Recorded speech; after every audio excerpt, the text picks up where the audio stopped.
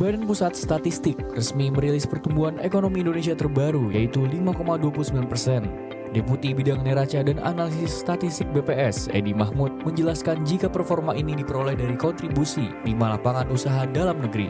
Bersamaan dengan pengumuman tingkat pertumbuhan ekonomi pada kuartal kedua ini, BPS juga mengungkap data penurunan jumlah penduduk miskin. Seperti apa jarak antara pertumbuhan ekonomi di atas kertas dengan kondisi yang benar-benar dirasakan oleh masyarakat? Apa strategi yang perlu disiapkan agar pertumbuhan itu lebih inklusif? Simak ulasannya dalam Detik Sore. Menuju ke Lampung, Detik Sore akan mengulas lebih dalam tentang keberhasilan kerjasama antara Pemprov Lampung bersama BRIN dalam peluncuran satelit Lampung 1 di Shandong, China.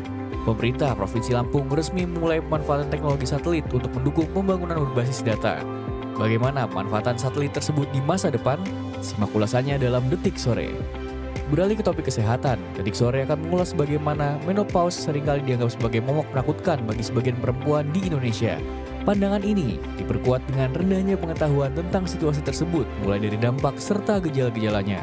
Bagaimana sebaiknya seseorang perlu mempersiapkan masa menopause? Simak ulasannya bersama Certified Health Coach Mia Fitri.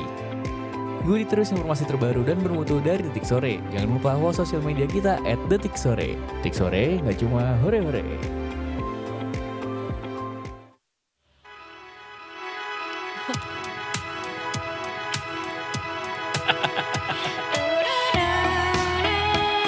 Banyak sebenarnya masyarakat Indonesia yang love-hate relationship sama lagu ini sebenarnya ya.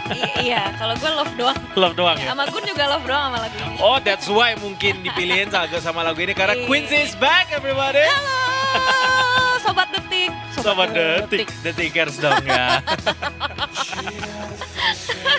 Quincy apa kabar? Baik, Edo apa kabar? Baik. Aku di sini-sini aja kok. Iya, kirain tahun lalu udah terakhir. Gak jadi. I wish lah gitu. Gak jadi ya. Kemarin tuh Quincy sebenarnya setelah lahiran udah sempet on air lagi Detik Sore ya. Sempet cuman sama Afif. Sama Afif, kita gak ketemu. Jadi ini adalah pertama kalinya gue ketemu lagi sama Quincy setelah lahiran dia. Betul. Anaknya tiba-tiba udah 36 tahun sekarang umurnya ya. Lebih tua dari gua. Tiba-tiba udah lulus kuliah dan Empasinya udah solid. udah solid ya, lebih ke solid ya. Udah bisa apa aja anaknya? Udah bisa guling, balik lagi sendiri. Terus udah bisa, udah tumbuh gigi. Udah Hari ini tumbuh gue baru gigi. find out ya. Udah bisa gigi. makan ini buah naga sendiri. Itu belum gua kasih. Belum beli. Tapi udah masuk empasi itu kalau gitu. Udah. Oh, udah di 6 ya? bulan. 6 bulan tuh ya, pas 6 bulan kan hari ini kan? Enggak, Maksudnya, 19 kemarin 6 bulannya. Jadi udah berjalan 2 mingguan gitu. Oke. Siapa namanya? Quino. Quino. Kalau cewek tadinya itu akan jadi Quincy 2. Bukan. Quincy Junior gitu ya. Kayak Amerika banget. Quincy Jones. Wah, cowok. Iya. Cowok sih. Ini kan cowok kan? Ini Nggak, maksud gue cowok. kalau ketika tadinya akan jadi cewek, jadi Queen apa? Atau namanya apa? Disiapkan. Gue gak rencanain nama cewek lagi. Karena emang udah tahu duluan cowok kan. Awalnya hasilnya. tuh pas belum tahu gender gue udah yakin aja nih cowok. Oh gitu. Iya. Awalnya tuh gue manggilnya Paolo. Nutini kah ujungnya? Paolo, terus setelah dipikir-pikir kayak jangan Paolo ya, terlalu Itali gitu Iya, kan. iya, Kita iya. kan sih tinggal di BSD, gak cocok. Bisa kok ada Itali-Italinya kan. Bener sih, cuman jangan ya. Jadinya Quino. Quirino nama panjangnya. Quirino, panggilannya Panggilannya Quino. Quino, betul. Hai Quino. Lagi ngapain nih sekarang dia berarti? Lagi dititip di tante, demi bisa menyapa kembali Detikers. Widih. Dan memegang kembali kepercayaan Mas Yansa ya, yang Iya, dipanggil iya. terus saya. Tapi seneng deh hari ini kedatangan Quincy lagi karena biasanya Quincy akan membawakan pantun-pantun menuju ke Gak pembukaan. ada. Kagak ada briefnya. Tapi lo ini gak sih, Apa? ngikutin gak sih bahwa berita-berita sekarang tuh makin banyak yang berita-berita yang bikin kita nelangsa gitu, sedih gitu ya kan. Iya sih bener. Kita kurang berita baik. Bener lagi. Coba kasih ke gue berita baik satu aja. Anak gue tumbuh gigi. Ya, it's a good news anyway. Tapi ya serius, soal berita itu kan gue sekarang jadi lebih suka baca threads ya.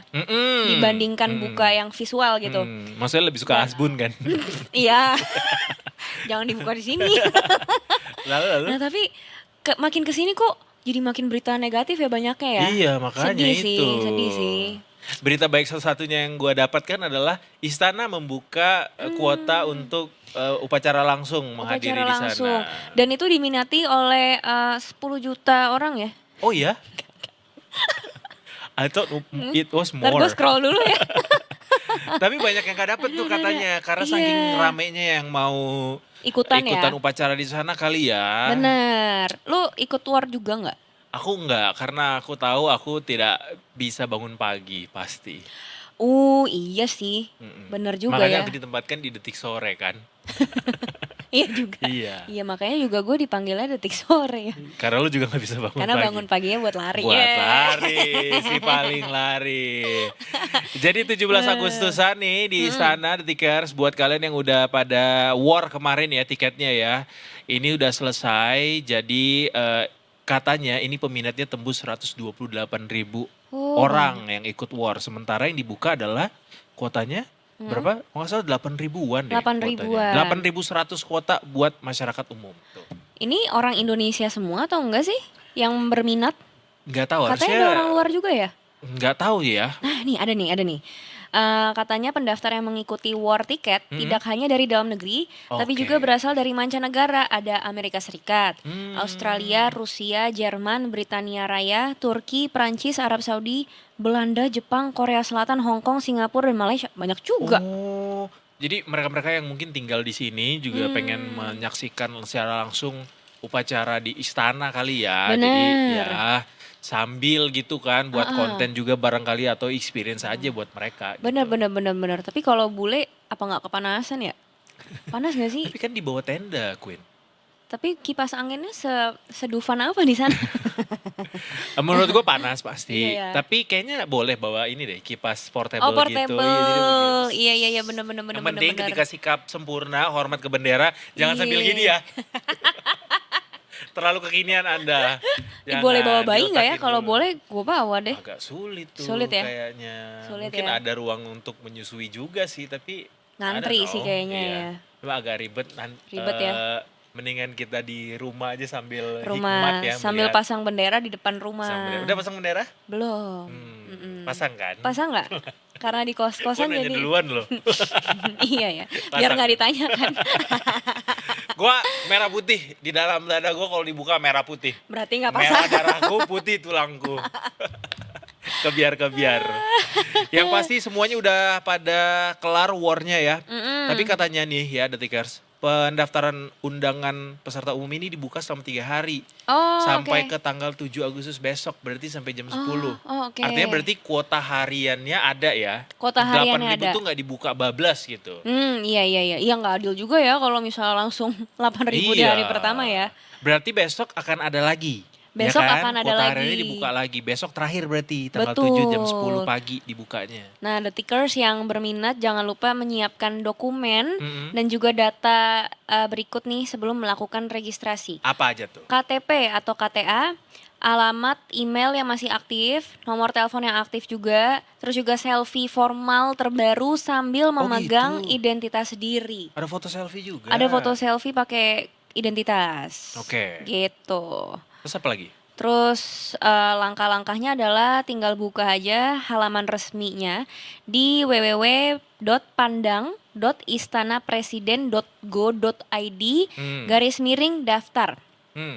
Nah, abis itu tinggal kalian isi nih data diri secara akurat, meliputi nama lengkap, nomor induk kependudukan, nomor telepon atau WhatsApp, alamat email, foto identitas, dan juga swafoto terbaru. Terus pilihan, oh ada sore nih, pilihan sesi upacara pagi atau sore tuh, Ya siaran penurunan. gua sore. Gak usah, gue aja yang gantiin. Bisa. Terus apa? Periksa kembali seluruh data, lalu klik tombol kirim atau registrasi. Tinggal tunggu habis itu verifikasinya. Oh berarti bisa pilih dong ya mau ikut yang pagi apa yang sore. Iya, kalau sore ya penurunan. Beneran, beneran. Ada do's and don'ts-nya nggak? Nah, coba. Iya nggak sih? Standar aja ya Mas ya. Iya, yang sajam nggak boleh ya. Iya, harus pakai baju yang sopan. Betul, jangan pakai yang casual kayak Jangan mau ke pakai pantai crop Bali. top tiba-tiba crop top. Mau bacara crop top. Tapi Sweatpants. baju adat kita ada yang crop top nggak ya? Kayaknya nggak ada deh. Kayak enggak. Ada. Dari mana? Enggak, tapi tetap sopan pasti. Nggak kebuka nggak sih pasti? Mm-mm. Ada crop top bayi dipakai dewasa. Nah, eta. Gak sopan banget sih Nggak itu. sopan kan? Berarti kalau mau ikut war itu dokumen-dokumen harus sudah duluan disiapin ya biar Iya, bisa cepet ya. bener. Jadi nggak pakai nyari-nyari nanti nggak dapet lagi. Mm-mm. Dress code Dress code-nya apa? Baju adat biasanya atau ya baju formal atau baju nasional formal aja? biasanya. Ada tuh biasanya untuk yang apa namanya pegawai pemerintahannya nggak sih? Kita juga boleh kok. Kita juga Karena boleh ada ya. best kostum biasanya. Oh gitu. Iya. Di tiap tahun tuh ketika nice. undangan warga umum ke istana itu nanti akan dipilih juga best kostumnya. Oh. Kan Kaisang pernah juara. Oh gitu. Curang dia. Curang kenapa tuh? Ya kalau dia pakai baju adat kan dia bisa pilih apa aja dengan Oh segala iya, bener privilege-nya lagi. kan. Harusnya Iya, dia nggak iya, iya. dimasukin ke dalam Listnya. list, iya. Harusnya serahkan aja kepada Khusus buat warga publik. umum aja ya. Iya bener. Kalau kayak gitu ada lomba juga gak sih kayak joget balon gitu di istana? Enggak deh. Gua nggak tahu kalau lombanya ya, tapi yang pasti best kostum tuh ada. Best kostum ada ya? Mm-mm. Keren-keren. Tuh ditanya tuh. Wah, buat lu Cosplay nih, apa? cosplay apa ya kita enaknya? Lu mau jadi apa, Dok? Lo ada Nanti. ide nggak? Jadi for your information, di 2 tahun sebelumnya kita upacara 17 Agustus di Titik Sore tuh kostumnya Gatot Kaca Mas Sri Kandi. Oke. Kan cewek cowok kan. Ha-ha. Terus yang kemarin itu terakhir Soekarno sama Hatta. Nggak. Jengyah. Oh, Jeng ya. Iya, Iya, Jeng iya, ya. iya, iya, iya, iya. Lo ada ide nggak? Gundala. Gundala agak repot ya pakai Gundala, kostumnya ya. Iya, ih keren tau jadi Gundala. Yang ceweknya apa kostumnya? Sri Asih. Sri Asih Sri udah. Asih, oh udah. Udah pernah di Detik Pagi. Oh pagi. Iya. Kalau udah di pagi nggak boleh di sore. Nggak boleh. Oh. Agak terganggu ya. Atau paginya ceweknya Ceweknya ini Susana. Kok jadi Halloween jadi ya? Halloween. Jangan dong. Susana tapi tidak dalam bentuk Em, hantu. Bisa kali. Bisa. Nyi Roro Kidul. Nyi Roro Kidul Iya, bener. kan? Bisa. Kenapa jadi tari piring? Harus ada musik nih. Ya pokoknya semua semangat untuk nge-war ya. Ngewar. Buat tiket. Lu di kosan lu Wawancara di ada sana. kayak lomba sesama teman perkos-kosan gitu gak sih? We used to do that kind of activity tapi sekarang enggak. Kenapa? Kita lebih ke Netflixan aja. Udah beda era Regenerasi. Yang muda-muda iya. aja yang kemudian melanjutkan aktivitas itu ya. Pantes ya grup komplek gue tuh kan ada ini kan Apa? link pendaftaran lomba 17-an. Sampai hari itu masih dibawelin, ayo pada daftar. Feeling gue kagak ada yang daftar nih. Karena udah pada Karena pada dewasa keluarga semua muda, ya. Oh iya. keluarga muda juga ya. Mungkin Kalau yang pada- muda-muda pasti pada daftar itu. Masa Pasti sih? maksud gue jiwa kompetisinya itu masih ada banget gitu. Maksud lu gue udah gak muda Ore-orenya. lagi? Muda, tapi ada urusan ini perbayian juga kan. Iya. Lu agak juga sulit. masih muda. Iya, Nah lu ikut di komplek gue aja. iya juga ya. Ke BSD gue ntar. Iya. Tapi Detikers selain apa yang menjadi keseruan kita nantikan di upacara 17 Agustusan di istana. Ini ada nih yang nggak seru sama sekali. Apa tuh? Soal adanya perundungan pada satu pasien BPJS Kesehatan di yang posting di threads ya. Iya, yang iya. kemudian juga pasiennya pada akhirnya meninggal dunia apapun kemudian penyebabnya. Tapi ini jadi kontroversi yang berkepanjangan jadinya Queen. Iya, Karena benar. di kolom komentarnya kan banyak orang-orang yang kemudian menyudutkan si pasien ini. Iya. Dan dilalanya yang menyudutkan juga beberapa diantaranya adalah nakes. Nah itu yang miris ya. Ini Iya. gue juga lagi lumayan sering lewat nih postingan. Nah ini nih. Iya. Nah itu. By the way turut berduka ya Iya. untuk Yurizal Tri Hairawan. Mm-mm. Turut berduka, semoga keluarga yang ditinggalkan selalu diberikan kekuatan.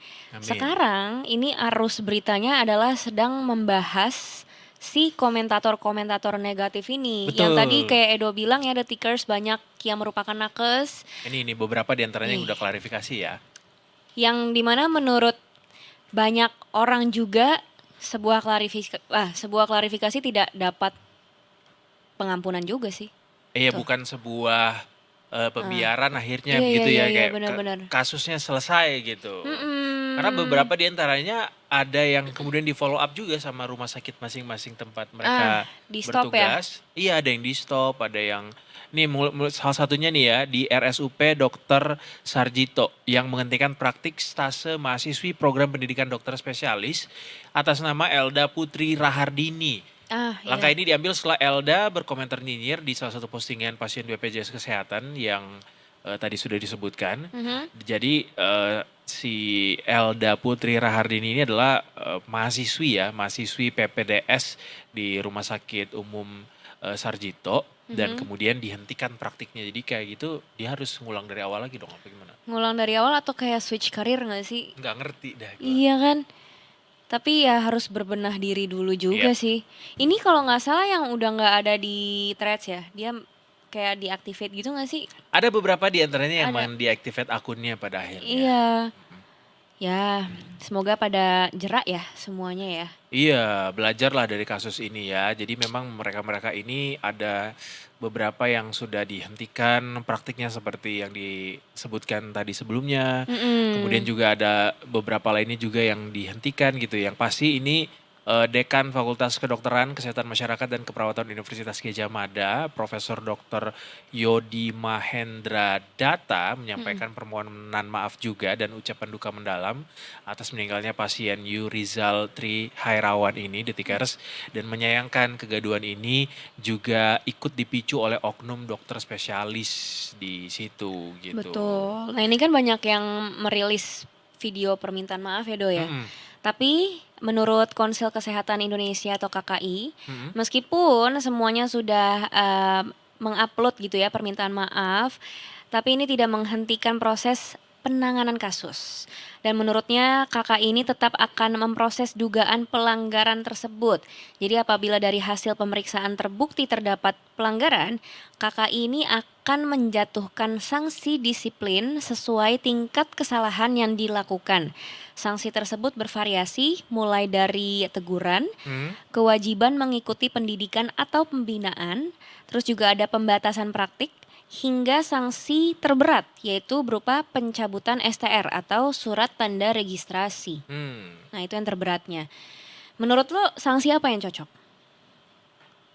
Gua percayakan kepada instansi masing-masing ya karena Opini, mereka kan opini, nakes ya juga boleh. kan. Oh iya Nakes benar. dan gue juga nggak terlalu paham juga gimana Iya sih. etika kedokteran itu seperti apa. Tapi yang Hmm. pasti basic manner aja ya bahwa Iya, iya, berkomentar iya, iya, di iya. ruang publik itu harus yang bijaksana gitu. Betul. Jangan sampai adanya perundungan terjadi. Mhm. Jadi ya mudah-mudahan ini semua yang terjadi bisa jadi pelajaran. Jadi ke depan gak ada lagi yang begini-begini karena beberapa Iya, iya. kali kejadian kayak gini sebenarnya sering terjadi ya di ranah media sosial ya. Betul. Ada juga salah satu tokoh publik gitu ya di Hmm. Instagram. Beliau bilang makanya gue nggak main threads karena threads itu toxic. Sebenarnya menurut gue Nggak juga bukan sih. sosmednya sih. Mau di threads kayak mau di X, Instagram semua pasti ada orang toxic ya. It's actually based on your algorithm. Kalau memang lo Yes. suka komentar yang jahat-jahat Hmm. atau yang nyeleneh-nyeleneh, Iya. pada akhirnya yang keluar juga begitu-begitu gitu. Di Betul. gua nggak ada, bahkan ini kemudian ke-up setelah banyaknya ramainya komentar Iya, itu kan. benar. Gue juga Iya, gitu. setelah dia jadi perhatian publik luas gitu. Iya, karena algoritma gue sekarang kayak ibu menyusui. Nah itu. Terus ya tentang perlarian di sana Mm-mm. gitu kan. Ini Kalau- juga setelah kayak 30K yang likes baru Betul, lewat. betul. Mm-mm. Gua lebih ke sinetron Terikat Janji Yang berdiri. yang tidurnya berdiri. Sampai Itu tapi beneran gak sih berdiri? di up kan di USS juga. Iya Maksud sih. gue di media Mainstream gitu homeless mainstream yang followersnya banyak banget sampai nge-capture sendiri adegan itu saking spesialnya gitu loh. Soalnya air matanya jatuhnya nggak ke Jadi ke bawah. kayak ke bawah. Kayak ini ya. Netes. Kayak kartun jadinya. Iya. Bukan ke kiri kanan. Lucu ya, gitu. tapi kenapa nggak sambil tiduran aja ya dia? Mungkin apa- susah kali nge-shootnya dari atas gitu kayak kan. Keterbatasan alat mungkin ya. Iya kan si sinetron ini kan stripping kan harus cepet bla bla bla agak susah Oh. mungkin untuk treatment yang agak repot gitu. Ah, bisa Jadi jadi daripada sih. kita harus sewa swing dan segala macem. Iya lagi. Mendingan kita berdiriin aja kasurnya. Oh iya benar. Tuh jangan-jangan itu bagian dari marketing. Bisa jadi Bisa itu jadi, juga. iya. Jadi gue nonton kan. Lu nonton? Iya di Netflix Ya anyway. dia nonton. Tapi ya itulah. Pokoknya Detikers kurang-kurangi yang namanya berkomentar yang jelek-jelek di sosial Benar. media. Kalaupun ada yang jelek-jelek, ungkapin dalam hati dulu. Abis itu twist jadi sebuah lelucon aja ya. Iya, pokoknya Jangan serius-serius lah. prinsip bersosmed adalah if you don't have anything nice to say, then don't say anything at all. True. Gitu. Silence is golden ya. Kenapa Kenapa jadi gini kok? Gue mau Golden bikin gini. ini. Sparkle. Enggak. Apa? Gesturnya Mario Teguh. Golden Way. Apa kabar ya dia ya? Apa gini ya? Apa gini ya? Gini. Gitulah Detikers. Kita break dulu anyway. Habis ini kita akan menuju ke daerah. Ya. Kita akan beranjak ke Lampung. ya. Ada sebuah satelit yang baru saja diluncurkan di semenanjung China sana. Di China ya? Di China. Di China. Nanti kita akan cari tahu seperti apa satelit ini kegunaannya dan manfaatnya buat masyarakat kayak apa. Dan gitu kenapa ya. di Lampung gitu bilangnya. Iya, itu Karena kan juga China, termasuk. terus ke Lampung. Ya kan? Iya, itu Nah. juga termasuk. Nantilah kita kulik bersama barengan sama jurnalis Detik Sumbaksel Detikers habis ini. Tetap bersama kami di Detik Sore. Gak cuma ore-ore.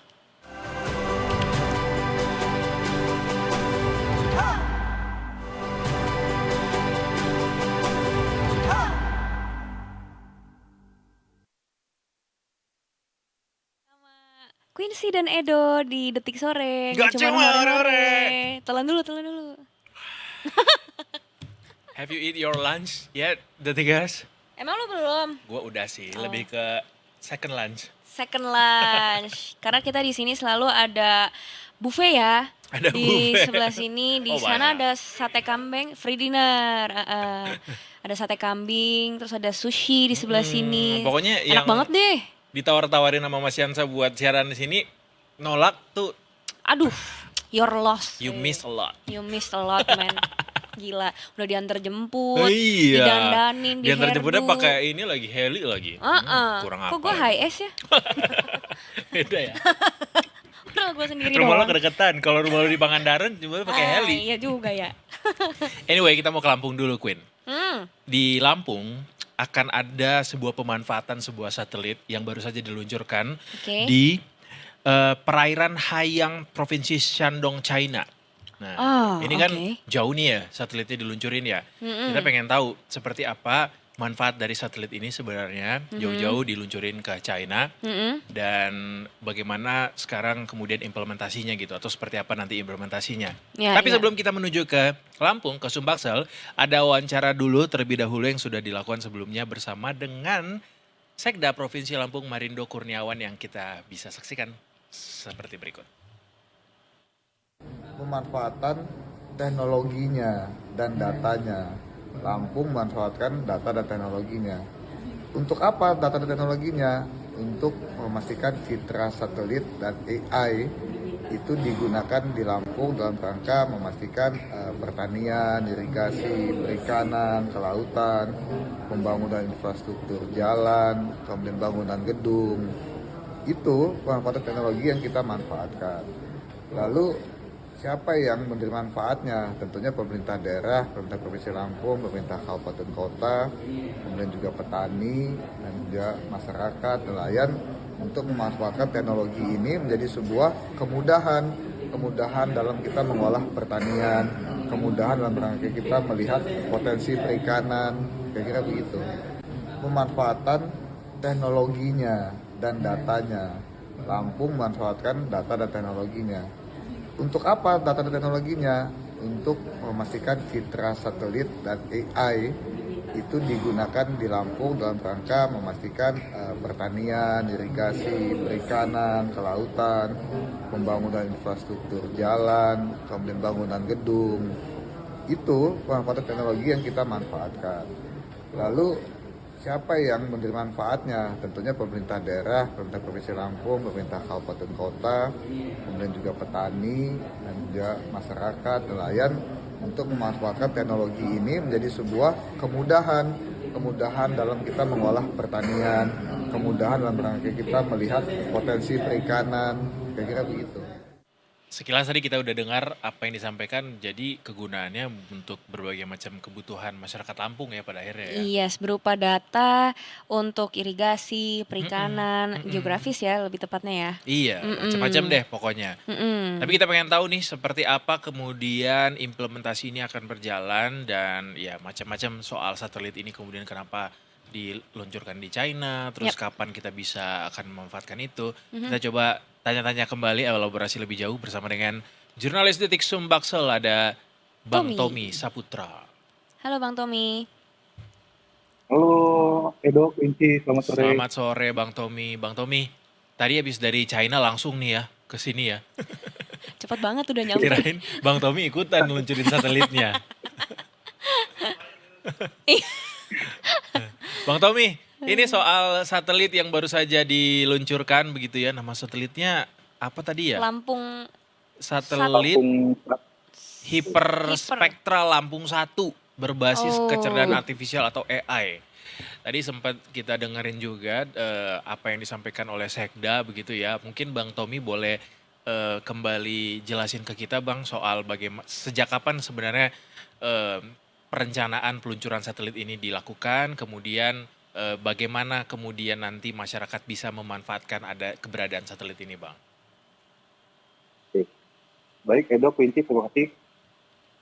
Detikers, kemarin pemerintah bersama dengan China itu mengorbitkan satelit Lampung 1 teknologi hyperspectral yang diorbitkan melalui Provinsi Shandong, China. Jadi memang satelit ini sudah direncanakan oleh pemerintah Provinsi Lampung bekerjasama dengan BRIN, kemudian dengan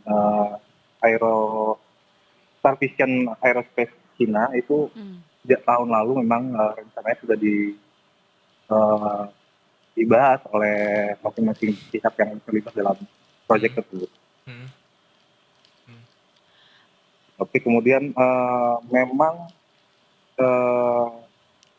satelit ini itu berbasis dengan kecerdasan buatan yang dimana nanti akan menghasilkan data citra permukaan bumi ataupun khususnya di Lampung terkait pemetaan seperti pertanahannya, terus pertumbuhannya, serta banyak yang lainnya. Begitu, itu Baik. Edo, Winci. Oke. Ini inisiasinya sebetulnya dari pihak Starvision-nya atau dari Pemprov Lampung ya Bang Tommy?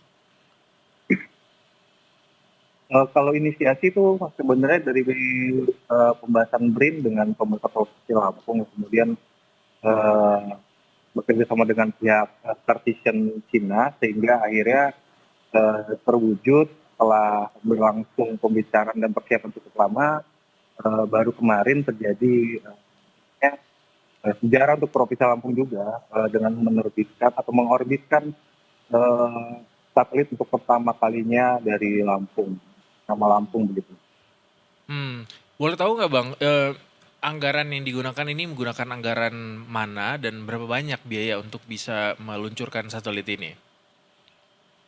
Oke, memang dari sejak kemarin juga itu yang jadi pembahasan ya, Edo.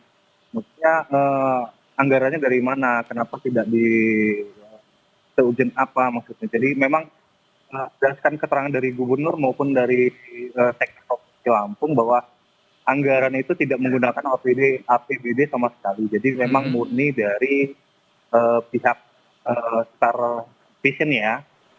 Jadi dan semua dana ataupun semua bentuk fisik pembangunan dari satelit itu memang biaya dari Starvision. Jadi Provinsi Lampung itu sifatnya hanya sebagai bekerja sama pada instansi kerja, penyusunan kebutuhan pemanfaatan data dan semacam sebagainya gitu. Jadi ini semacam kayak hibah kah atau iya. ya maksudnya apa yang kemudian diberikan kepada Starvision gitu sehingga mereka mau memberikan fasilitas teknologi seperti ini ya. satelit begitu untuk Lampung sendiri. Oke, seperti yang saya sampaikan tadi, Pemprov Lampung ini lebih banyak pada inisiasi kerjasama, penyusunan kebutuhan pemanfaatan data, serta menyiapkan implementasi hasil citra satelit dalam kebijakan pembangunan. Jadi seperti nanti kan tujuannya itu apa ya, seperti mendukung ketahanan pangan nantinya, terus memantau pergerakan tanah seperti banjir, longsor, kekeringan maupun kebakaran hutan. Kemudian juga nanti melalui citra satelit ini itu akan ada pengawasan kawasan pesisir maupun kelautan. Jadi semuanya memang dan Pemprov itu memberikan data ataupun menyediakan data-data tersebut yang memang dibutuhkan nanti untuk proyek satelit ini. Iya. Seperti yang kita tadi dengerin dari Sekda gitu ya, bahwa ini akan dimanfaatkan untuk berbagai macam kepentingan buat masyarakat. Tapi di lain sisi juga ada pertanyaan-pertanyaan juga nih dari netizen soal bagaimana kemudian ini kan satelit milik China gitu ya. Betul. Dan diluncurkannya di nanti satelit ini akan memetakan apa saja yang berada di atas Provinsi Lampung begitu. Iya.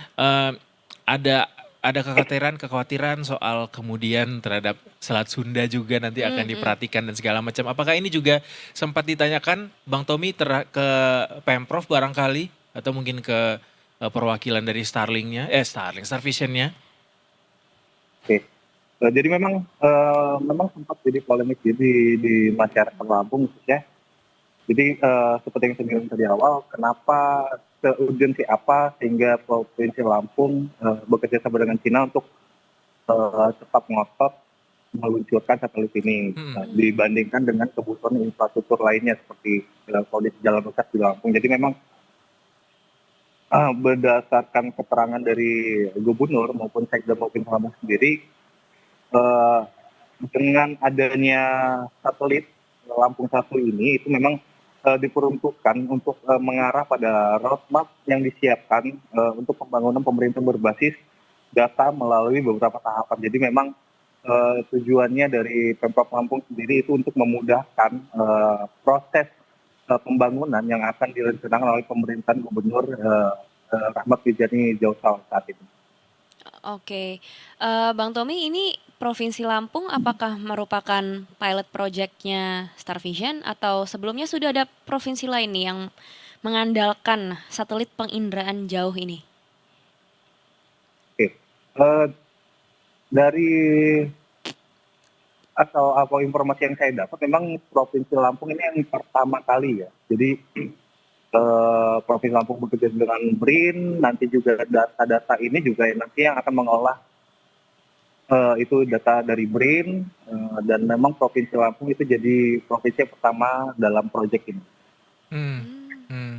Pak, kapan ini bisa dimanfaatkan implementasinya? Karena Bang baru Tommy? diluncurkan kemarin ya, Iya, 5 iya, Agustus ya. Benar-benar. Jadi kalau kapan itu mulai beroperasi atau itu mungkin kita masih menunggu ya informasi dari pihak Pemprov sendiri kapan memang itu mulai beroperasi atau memang nanti ada maintenance lagi di atas sana, kita juga masih menunggu di sini. Dan cuman nanti jika pun memang sudah bisa beroperasi, itu nanti akan pihak Pemprov akan memberikan informasi kepada masyarakat Lampung khususnya. Baik, jadi memang masih menunggu waktu juga ya. Iya, mungkin butuh proses juga ya, Iya. nggak langsung ketika diluncurkan langsung bekerja satelitnya. Iya, tapi kita sangat menanti pasti bagaimana kemudian si satelit ini memang benar-benar bisa dimanfaatkan dengan baik oleh masyarakat gitu, karena kan bisa nanti memantau kondisi lahannya, ya Betul. potensi-potensi yang ada di sana, baik soal kekeringan atau mungkin banjir, sehingga bisa jadi acuan untuk membuat kebijakan baru juga gitu ya. Dan harapannya nggak cuma Lampung aja nih, menyebar lah ya seluruh Indonesia rata memakai teknologi ini. Mau BSD juga? Mau. BSD satelit. juga boleh dong. Kira-kira buat Starvision. metain apa tuh? Nah, nggak tahu ya, kuliner kalau gua. Meta ini nih tempat padel baru. Itu Udah nggak kebanyakan usah, ya? udah terlalu sering kelihatan. Udah kalau gitu Bang Tommy, terima kasih banyak informasinya. Kami nantikan informasi-informasi terkini lainnya juga dari Detik Sumbaksel. Selamat sore, selamat melanjutkan aktivitas. Terima kasih. Sore Edo, selamat sore Vinci. Palembang tuh berarti pempek sih ya. Pempek Iya. tini sih. Iya. Pempek ini, oh yang terkenal itu ya? Iya. Menurut gua pempek enak semua soalnya. Emang Apa yang paling enak di gampang Jakarta dan menerima. sekitarnya? kalau Ada di nggak satu BSD brand gue taunya apa? pempek kenari ya kalau Di nggak salah Pasmod namanya. ya? Enggak, dia stand alone Oh. di seberangnya Eka Hospital situ, dekat rumah gue. Oh, enak ya? Enak itu. Ramah kantong. Ramah anak iya. Ramah kantong. Tapi enak lah ya. Enak, enak, Ramah enak, kantong tuh relatif lah ya. Iya. Kantong siapa dulu nih? Nah kalau kantong suami saya ramah sekali. Buat saya selalu ramah. Oke, kalau gitu dari Palembang kita kembali lagi ke Jakarta. Abis ini kita akan ke market review. Hari ini ada apa kondisi market, kita akan kaji lagi. Berat banget dikaji. Kita akan lihat bersama seperti apa Detikers, tapi kita break dulu. Kita masih akan ada sampai ke jam 5:30 sore nanti. Hihi. Tetap bersama kami di Detik Sore. Nggak cuman hore-hore.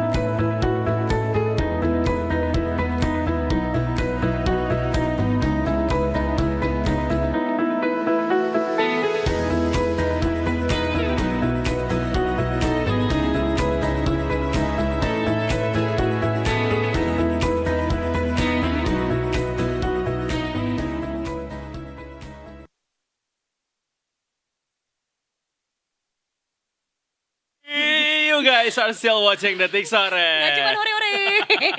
Hampir saja omongan kita tadi terekam ke seluruh Nusantara Nanti masuk ya. e-commerce lagi. Enggak dong, kan itu bukan startup. Ih, Yang baru. Itu juga suka masuk di e-commerce. Oh gitu. Iya. Nggak tahu kan Ya. penasarannya. Nggak Datang bakal aja. kita bahas. Yang mau kita bahas ini dia. Apa tuh? Mas Revo Ngeng hadir kembali di Market Review hari ini. Mas Revo, lo gimana market hari ini? Itu harusnya skrip gua tuh paling gampang. Jujur gue belum lihat ISG hari ini gimana pergerakannya. Ntar kita lihat dulu ya. Ini kan udah tutup ya 16.10 ya. Oh merah tapi Dikit lah 0,1. Kenapa Nggak nggak lihat dari seru. sini aja? Emang ini Agak apa? delay dikit sih. ini dia delay 15 hari. Oh, tau gitu kan Panjang bener. backdrop aja ya. Agak backdrop doang memang ya benar. Oke. Kurang seru Ya. sih dia hari ini ya. Iya, nggak ada. So-so ya pergerakan ya. Dia tuh hijau merah terus minusnya cuma Iya. 0,1. Itu dia. Nggak- Apa yang nggak seru gimana- kalau gimana. gitu? Kita ngomongin yang tadi off-cam. Gak usah, gak usah. Kita masih Nggak pengen usah. panjang program ini ya. Nggak usah ya. Gimana Iya, gimana, Mas Revo? Ya kalau hari ini again paling kelanjutan yang kemarin-kemarin ya, nggak ada sesuatu yang gimana banget juga. Paling tambahannya soal sebenarnya juga udah kemarin juga sih yang soal di Timur Tengah itu udah agak cenderung damai lah Iya. gitu. Jadi ya harga oil juga udah di bawah 80. Karena Amerika juga Berapa makin berkurang amunisinya kayaknya ya. Gini, kalau salah satu ini juga menjadi indikator mungkin di kita di market. Mm-mm. Biasanya kalau ada ketegangan-ketegangan kayak gitu, yang bisa kelihatan itu adalah yield US bond, US Treasury yang 10 tahun. Itu biasanya kalau udah tinggi banget itu agak bahaya tuh buat US karena utang mereka udah tinggi banget. Sekarang itu 40 triliun USD. Itu all time high. Dulu seingat saya dulu itu paling masih 30-an, 32, 36 triliun USD. Sekarang udah 40, itu udah break, Gokil. udah tinggi banget gitu. Iya. Nah, kalau imbal hasil atau yield yang US Treasury 10 years-nya itu makin tinggi, makin gede lagi nanti utangnya mereka. Sehingga menjadi indikator adalah ketika yield US Treasury-nya yang 10 tahun ini udah tinggi, itu harus diturunin lah gitu biar utangnya nggak terlalu bengkak lah gitu. Nah, makanya ada yang bilang, oh kalau US Treasury udah tinggi banget ini udah mulai damai nih biar turun yield-nya kayak Iya. gitu. Nah, makanya kita lihat kan sudah mulai agak-agak turun lah sekarang ini. Ya, termasuk di XY dan sebagainya juga udah mulai agak-agak melunak, udah mulai turun di bawah 100 bahkan di XY sendiri. Jadi kalau kita lihat untuk emiten-emiten oil gitu ya, memang enggak gitu gimana banget lah sekarang ini gitu. Tapi memang yang lagi booming itu emiten perkapalan nih, justru emiten yang booming. Jadi ada dua sebetulnya, perkapalan, shipping, dan juga data center. Data center juga lagi rame nih. Kita lihat banyak emiten-emiten yang sudah mulai juga mengarah ke data center gitu Soalnya ya. semua sekarang apa-apa AI semua ke sana butuh arahnya. banyak ini ya. Nah, kalau kita beda satu-satu shipping dulu ya, shipping atau perkapalan ini itu karena soal Selat Hormuz sebelumnya sebenarnya. Jadi ada beberapa emiten kita yang perkapalan mungkin bukan beberapa, mungkin masih agak banyak ya yang belum rilis laporan keuangan kuartal 2. Jadi memang beberapa emiten kita sudah mulai rilis laporan kuartal 2 kayak Mandiri, Bank Mandiri udah keluar, kemudian BBNI itu udah keluar, tapi juga masih banyak yang belum melaporkan laporan Q2. Nah, kalau kita lihat estimasinya memang banyak yang memberikan estimasi bahwa di kuartal 2 ini itu LK-nya bagus, laporan keuangan bagus. Sesuai ekspektasi. Baik dari sisi revenue ataupun earnings, ya net profitnya. Kenapa? Karena di kuartal 2 itu ya itu Selat Hormuz ditutup dan sebagainya, akhirnya harga charternya, istilahnya itu time charter atau harga sewa kapalnya itu naik karena demand-nya tinggi, kondisi demand karena ditutup. Yang punya perusahaan emiten-emiten atau perusahaan yang punya kapal, jasa-jasa sewa kapal kayak gini, itu demand-nya tinggi, akhirnya harga sewanya naik. Nah, makanya emiten shipping itu lagi banyak dibahas lah kita di komunitas, di market kayak gitu-gitu. Harga sewa di kuartal 2-nya itu kemungkinan akan lebih tinggi dibandingkan yang kuartal 1. Artinya earnings dan revenue-nya akan lebih baik di kuartal 2 dibandingkan kuartal 1. Kalau kita Q on Q lah kayak gitu.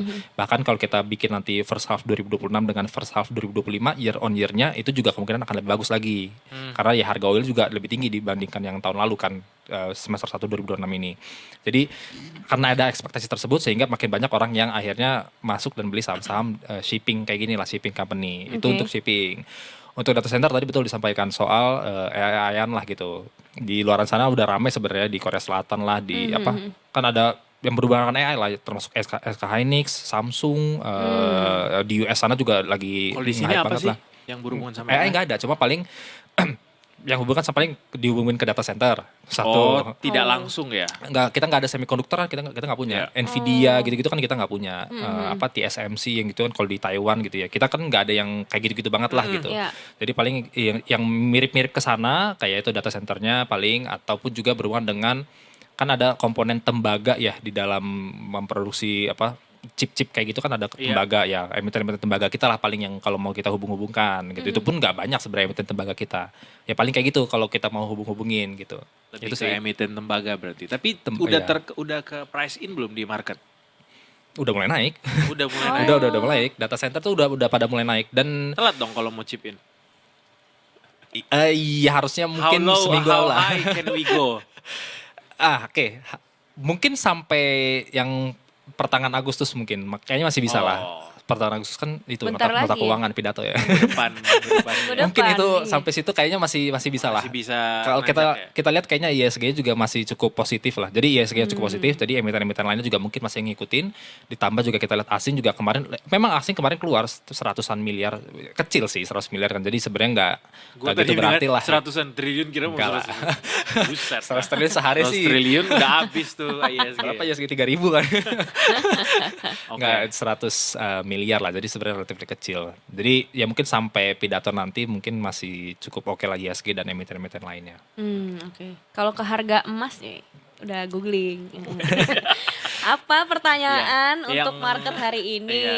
Ya harga emas. Harga emas berarti berpengaruh juga dong. Oh, harga emas lagi naik ya? Naik banget, 4% kali ya. Closing kemarin kayak 4%. Hari ini masih juga, sehingga saya masih agak naik sedikit lah gitu. Nah, emiten emas kita betul. Tadi kayak BRMS lah, Antam, apa namanya? Enggak, bukan itu batubara.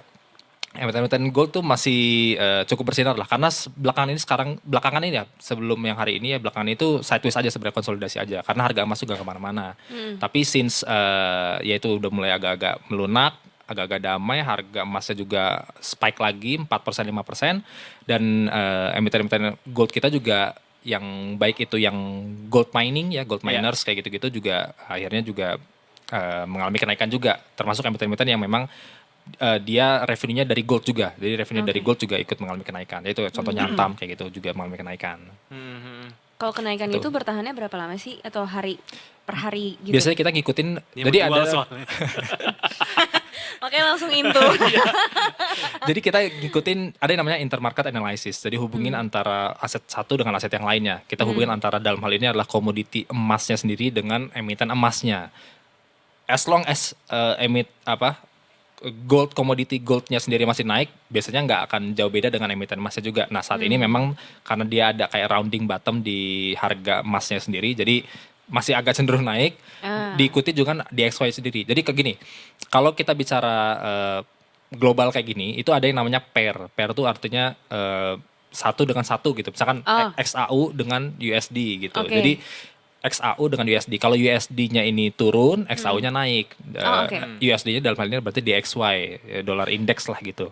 Nah, DXY sendiri dalam mungkin 2-3 hari terakhir ini turun dari sekitar mungkin 101 ke sekarangnya 99. Makanya DXY-nya turun, XAU-nya naik. Makanya harga emasnya naik, makanya emiten emasnya naik. Jadi korelasinya kayak gitulah gitu hubungannya. Dan kalau kita lihat memang dalam beberapa pekan ke depan lah kelihatannya juga kecenderungan untuk DXY masih ada mengalami koreksi itu masih lebih besar dibandingkan dia mengalami kenaikan. Jadi karena DXY masih cenderung kita mungkin satu minggu ke depan lah kita lihat simpelnya ya. Satu minggu depan mungkin DXY-nya masih ada potensi untuk terus melanjutkan pelemahannya. So XAU atau goldnya juga kelihatannya masih akan cenderung mengalami apresiasi atau kenaikan. Kayak gitu. Jadi dalam seminggu harusnya sih kayaknya masih oke nih untuk emiten-emiten emas kita. Oke.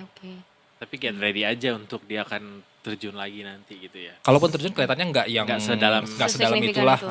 Oke. Karena so far again kondisi market kita so far udah lebih baik lah dibandingin mungkin bulan Juni, Mei itu. Sekarang posisi Juli, Agustus ini udah jauh lebih Stabil. oke lah ya, lebih stabil gitu. Oke. Paling nanti guncangannya pertengahan. Terusin kali. Kenapa dipendem gitu sih? Commute kayak. Kemarin kita udah obrolin sebenarnya guncangannya mungkin akan terasa setelah nanti 17 Agustus atau mungkin pidato nota keuangan. Karena bukan karena kenapa-kenapa, lebih ke karena nota keuangan kan akan ada pidato presiden dan biasanya presiden di situ akan menyampaikan kayak target pertumbuhan ekonomi, tahun depan APBN gimana gitu-gitu. Walaupun si APBN, undang-undang APBN untuk 2027-nya belum diketok ya, tapi dari situ biasanya ketahuan tuh tahun depan ekonomi akan berjalan seperti apa. Oke, Jadi seperti mestinya forecast-nya gitu iya, ya. progresnya. Gue selamatin lo. Iya, aman makasih aja. lo ya. Makasih do. Tapi ya banyak pasti, maksudnya ya semua orang tahu kan kalau pidato dari toko besar itu pasti juga akan pengaruhi pada akhirnya sentimen publik gitu, ya, investor termasuk gitu. But anyway, soal ini, tadi gue nanya apa ya, lupa jadinya. Oh ini, Kebanyakan nyapuin sih. yield obligasi. Oke. Obligasi pemerintah. Gimana sekarang kondisinya setelah kemarin sempat ada sentimen dari bunga acuan gitu? Ya, ini saya harus update lagi, cuma kayaknya mungkin masih close to 7% ya. Masih tinggi tuh. Around 7% lah. Ya masih tinggi lah itu ya. Mungkin 6,8 sampai 7, tapi ini harus dikocek ulang lagi ya. Saya nggak gitu update soalnya kalau untuk yield obligasi. Cuma memang ke Balita ya kalau itu ya. atau Nanda misalnya juga Oh, Nanda. bisa. Andi juga bisa lah, Andi. Oke. Andi bisa. Nah, Halo Mas Andi. Nah, memang biasanya intinya gini sih, biasanya korelasinya tuh kalau suku bunga acuannya naik, biasanya nanti akan naik juga untuk yield obligasi gitu. Cuma kan dalam hal ini kecenderungannya BI rate ditahan kan terakhir di 5,75 dan mungkin dalam waktu dekat mungkin di bulan Agustus ini kalau ternyata memang ya rupiahnya stabil 18.000, mungkin sekarang kan 17.900 ingat saya, jadi agak menguat sedikit. Di tengah tadi DXY juga turun ya ke 99. Jadi urgensi untuk naikin suku bunga dalam mungkin 1 bulan inilah gitu ya, bulan Agustus ini kelihatannya agak unlikely. So kelihatannya untuk yield bonds juga kayaknya nggak ada pergerakan yang signifikan untuk dia overshooting atau spiking ke atas kayak gitu sih, untuk perkiraan saya seperti itu sih. Berarti nggak ada isu serius yang dilihat sama investor juga ya? Untuk yield bonds Untuk yield kelihatannya bonds, sih enggak ke situ sih ya untuk saat ini. PE juga tidak terlalu banyak memberikan sentimen ya? Pertumbuhan ekonomi ya? Iya, karena nggak jauh dari, memang above konsensus di 5,1, kita 5,2 persenan, 5,29 ya. Above konsensus tapi actually nggak yang sesignifikan itu. Dan sebenarnya ini mirip dengan kuartal 1 sih, yakni soal government spendingnya yang gedenya. Iya. Jadi ya dari government sih akhirnya nge-boost dia bisa di atas 5% kayak gitu. Mungkin kalau itu di take out beda cerita mungkin ya. Jomplang berarti ya perbandingannya ya sama pembelanjaan Iya. masyarakat ya. Iya. Mbak Who Quincy yang knows? ngomong ya. Who Mbak Quincy yang knows? ngomong ya. Kalimat terpanjang gue di segmen ini. Lo ada pertanyaan lagi soal emas Masih dan ada- sekitarnya? Emang masih Masih, ada masih, waktu. masih. Kita kasih satu pertanyaan penutup dari Quincy. Tadi kan disebutin emiten yang lagi digandrungi. Apa tadi? Yang berhubungan dengan data. Data center Oh, dan iya. shipping. Ya, AI, kalau misalnya yang program lagi AI. nggak digandrungi di saat IHSG lagi seperti ini apa? Nah, ini baru tadi pagi. Mm-mm. Kita ada akses Bloomberg, kemudian muncul news alert gitu ya. Alert dari Apa itu? Bloomberg soal RKAB untuk nikel di Oh semester iya, 2. betul. Ternyata ada kemungkinan untuk dia naik lah. Oh naik. Naik. Oh. Nah, Bentar. artinya jadi gini, kita itu produsen 60% supply di dunia itu nikelnya dari Indonesia. Oke. Jadi kalau kita tiba-tiba naikin produksi dari RKAB tadi itu dinaikin produksi nikel kita, berarti supply-nya jadinya berlimpah. Kalau supply berlimpah, hukum ekonomi Supply demand supply ya? demand, supply-nya naik berarti kan harganya turun. Iya. Ketika harga nikel turun, berarti emiten-emiten nikel yang kena hit. Di situnya sih sebetulnya yang menjadi PR lah gitu ya. Tapi Mas bukannya kuota produksi nikelnya mau dipangkas sama pemerintah? Seingatku yang second half ini ada kemungkinan untuk dinaikin deh. Oh ya.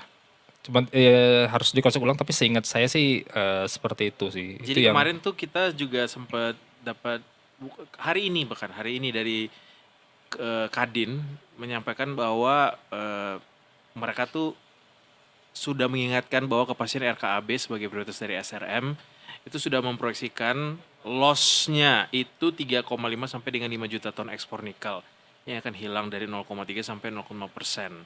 Nah ini ternyata terjadi, jadi katanya ada potensi kehilangan ekspor nikel itu menyusul langkah pemerintah mangkas kuota produksi nikel. Jadi tetap dipangkas, mungkin buat naikin harga tadi. ini jam 11 soalnya jam 11 Oh siang gitu? nih. Oke, nanti kita kalkulasi kembali ya. The miner is set to get an additional Ini ore yang dari quota Bloomberg of- ya? Iya. Ya, Yang oke. terbaru ya. The miner is set to get an additional ore quota of tens of millions Oke. for the second half. Oke. Gitu. Jadi Tapi udah terlihat di market saham-saham nikel juga nikelnya pada yang koreksi. kena hit. Oh, it's time to buy. Keren. Kalau lagi diskon kita beli barangnya. Iya, kapan lagi? Iyo, Gitu. siapa yang nggak suka barang diskon kan? Iya. Heeh. Udah Mas Revo, makasih ya daripada kita habis ini bicara yang lain Yang kan, lain ya. yang off the record. Kita lanjutin yang tadi. Bahaya. Iya.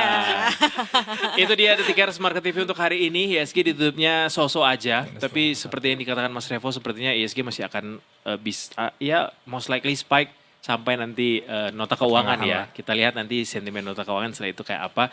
Kalau nggak benar terjadi seperti yang dikatakan Mas Revo, kita gebukin rame-rame beliau. Abis ini kita akan menuju ke segmen lainnya, ke editorial review. Kita bahas PE tadi yang saya sebutkan. Pertumbuhan ekonomi. Bukan apa, Queen? Performance evaluation. Not that kind of PE. Iya.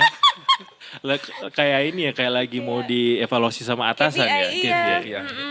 Abis ini Detikers sampai ke jam 5:30 sore nanti tetap bersama kami di Detik Sore. Gak cuma hore-hore. Mana?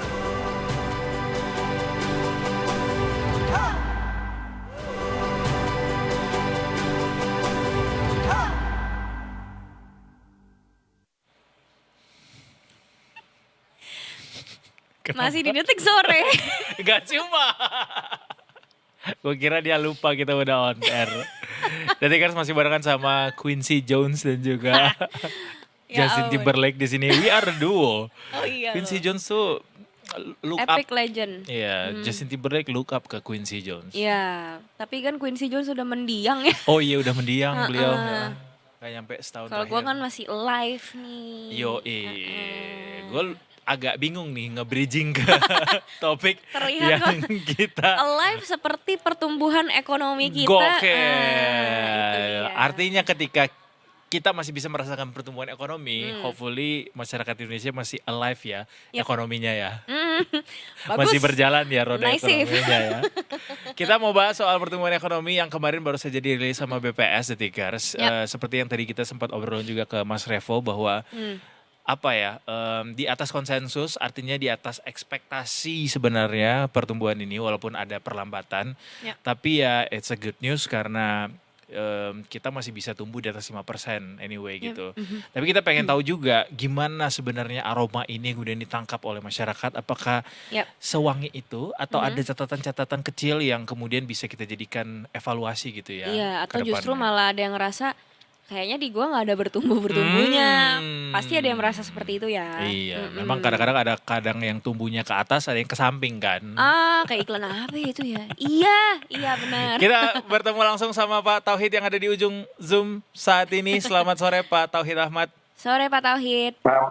Selamat sore Mas Edo, Mbak Quincy, apa kabar? Selamat sore, baik Pak. Mas. Kabar Pak Tauhid baik juga Pak ya.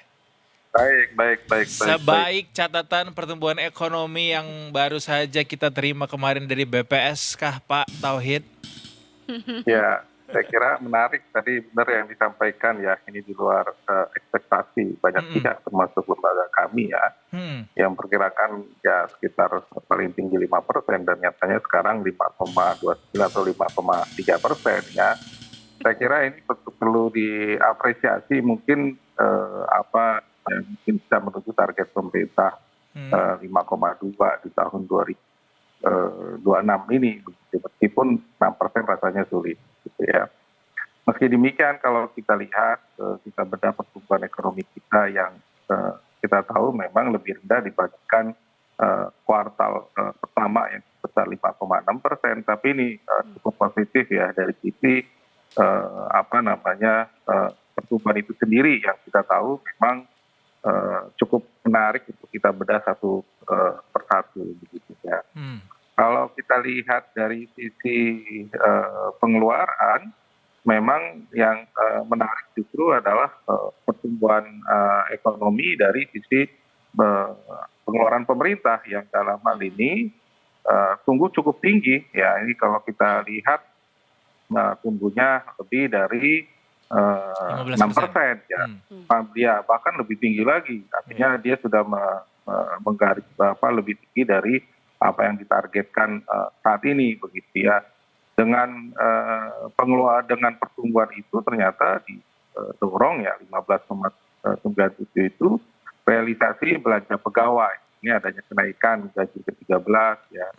Namun yang menarik adalah belanja barang dan jasa. Itu dua program pemerintah, yaitu belanja misalnya peralatan infrastruktur Koperasi Merah Putih ya, maupun infrastruktur dapur ya dan sebagainya ya.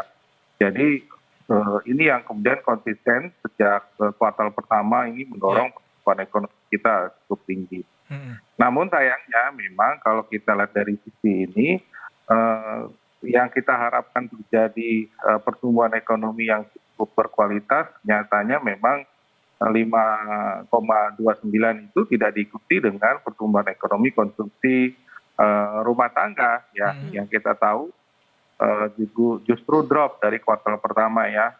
Sekarang kan hanya 5,06, sementara kuartal pertama 5,5% ya, hampir setengah persen. Nah ini yang saya kira mungkin dirasakan masyarakat, tadi dompet mungkin semakin sedikit ya.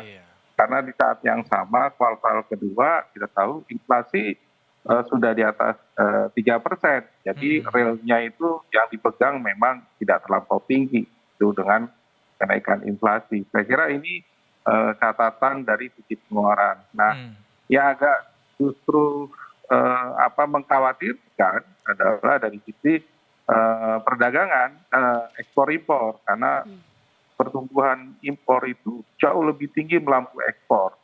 Impor itu 8,8, ekspor hanya 4. Artinya kita sudah mulai wanti-wanti nih akibat situasi perang dagang, situasi geopolitik maupun kelemahan daya saing kita. Dan kita lihat juga selama 2 bulan terakhir surplus perdagangan menjadi defisit. Nah ini ke depan akan wanti-wanti bahwa impor ini jauh lebih tinggi, ini akan menggerogoti pertumbuhan ekonomi kita yang cukup stabil di atas 5%. Saya kira itu. Nah terakhir dari sisi investasi juga ini cukup baik, terutama memang dari pembelian kendaraan maupun komponen investasi masyarakat lainnya. Mungkin itu catatan dari sisi pengeluaran. Nah kalau kita lihat dari sisi sektoral, ini menarik karena ternyata ini didorong oleh struktur pertumbuhan ekonomi di perdagangan konsumsi yang di atas 6%, informasi komunikasi, akomodasi makan dan minum, termasuk pengadaan listrik dan gas, gitu ya. Nah, ini membuktikan bahwa sektor services ya itu justru jauh lebih tinggi dibandingkan sektor primer, terutama pertanian yang hanya tumbuh 3,8, pertambangan minus bahkan 1,64. Bahkan sektor manufaktur menurut saya juga lagi nggak happy nih, hanya 4,52. Padahal tiga sektor ini menyumbang lebih dari 40% ya, Ya. pertumbuhan ekonomi. Ini yang membuktikan bahwa meskipun statistik jasa meningkat, tapi sektor primer dan sekunder ya itu malah justru turun, bahwa katakanlah rata-rata tadi. Oke. Saya kira ini yang kemudian membuat dampak penyerapan tenaga kerjanya mungkin relatif terbatas. Begitu. Berarti menurut Pak Tauhid sendiri ini sebenarnya siapa yang sedang menikmati pertumbuhan ekonomi ini nih Pak?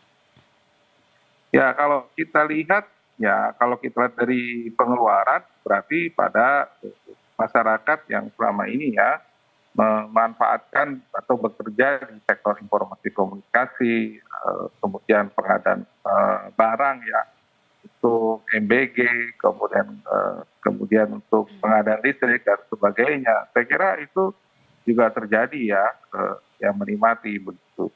Kalau kita lihat kelompok masyarakat atas, tentu ya kalau kita lihat dari sisi simpanan, memang yang di atas 5 miliar yang saya kira masih tetap menikmati paling tinggi ya. Walaupun kita tahu ya bahwa 100 juta masih relatif terbatas gitu ya.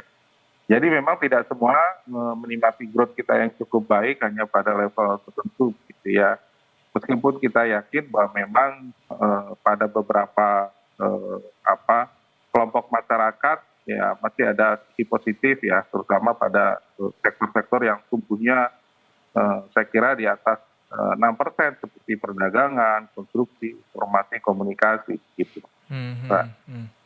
Pak Tauhid tadi menarik membedah pertumbuhan PDB menurut lapangan usaha tadi, tapi saya pengen mengelaborasi sejauh mana kemudian belanja pemerintah yang tumbuh sangat signifikan di 2 kuartal terakhir ini, di 2 kuartal pertama di 2026 ini Pak Tauhid, yang tumbuhnya cukup eksponensial gitu ya, walaupun di kuartal 2 ini katanya melambat ya Pak ya lajunya gitu, Ya. tapi tetap tumbuhnya signifikan gitu dibanding yang lain.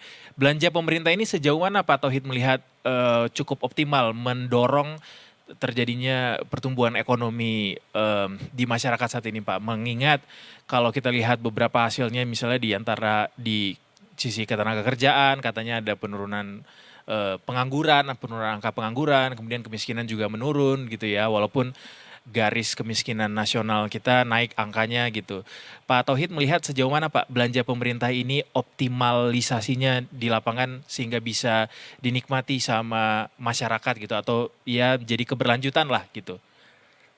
Ya, kalau kita lihat ya belanja pemerintah ini kan banyak didorong ya oleh program yang anggarannya besar, ya.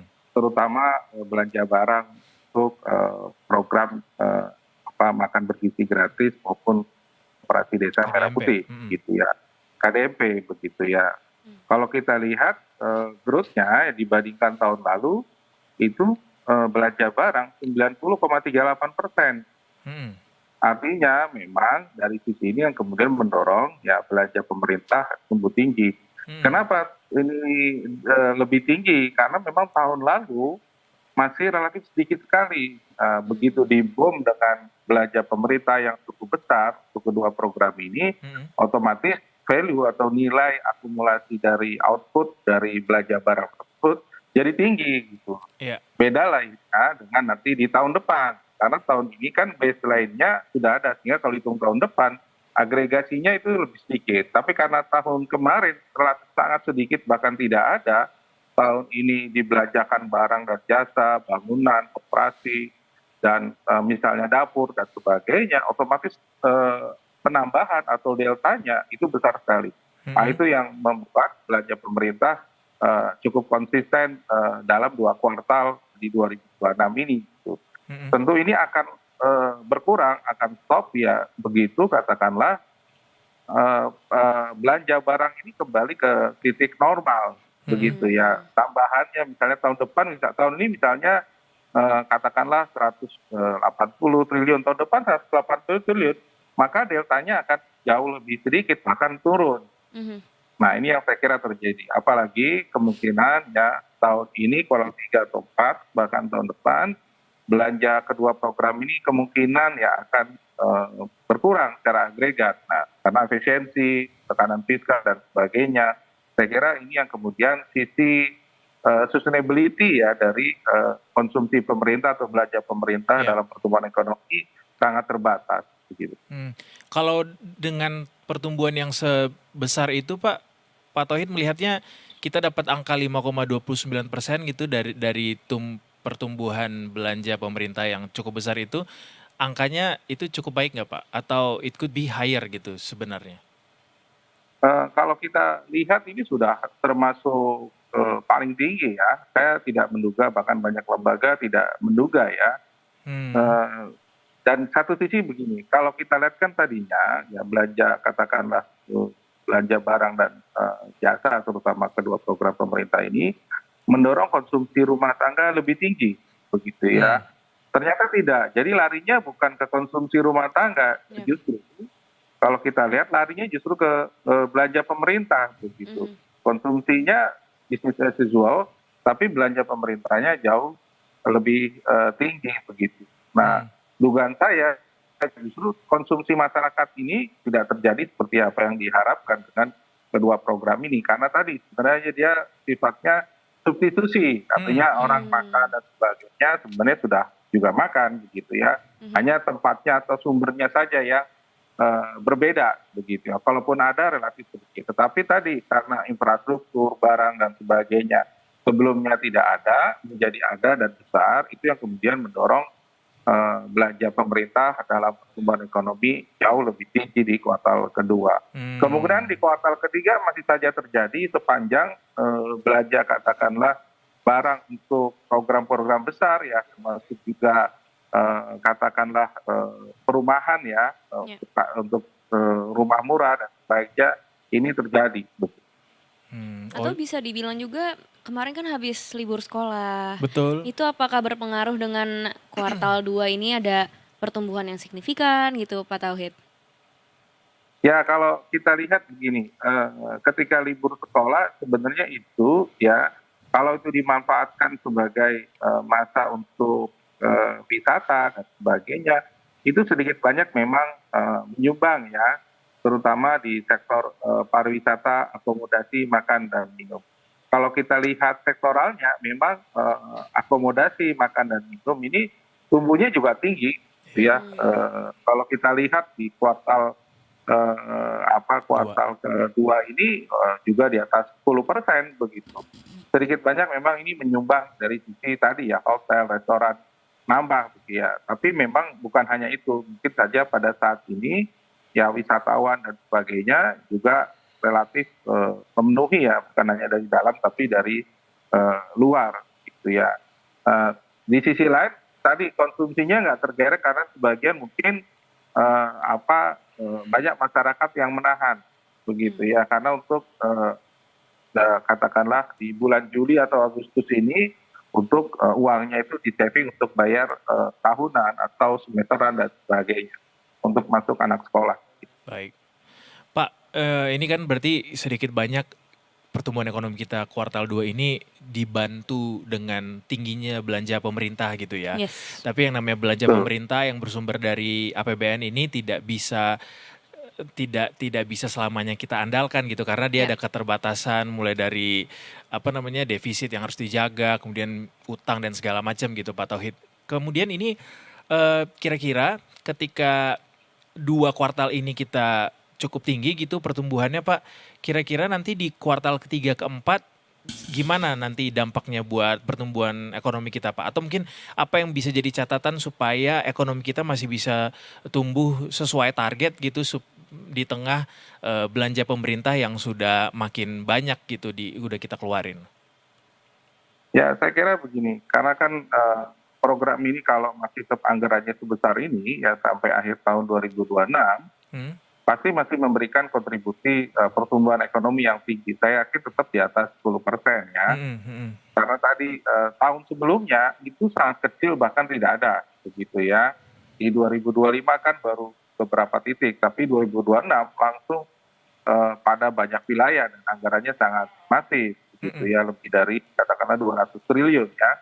Otomatis pasti sumbangannya masih relatif besar. Nah, namun sekali lagi kalau hanya mengandalkan itu saja pada tahun 2027 ataupun 2008 karena itu masuk dalam wilayah perhitungan PDB, maka harus ada sumber lain. Dan saya sepakat mau tidak mau ini harus ada sumber yang harus kita dorong. Yang pertama adalah ini kita sudah beresiko dengan neraca perdagangan kita ini karena sudah defisit begitu ya.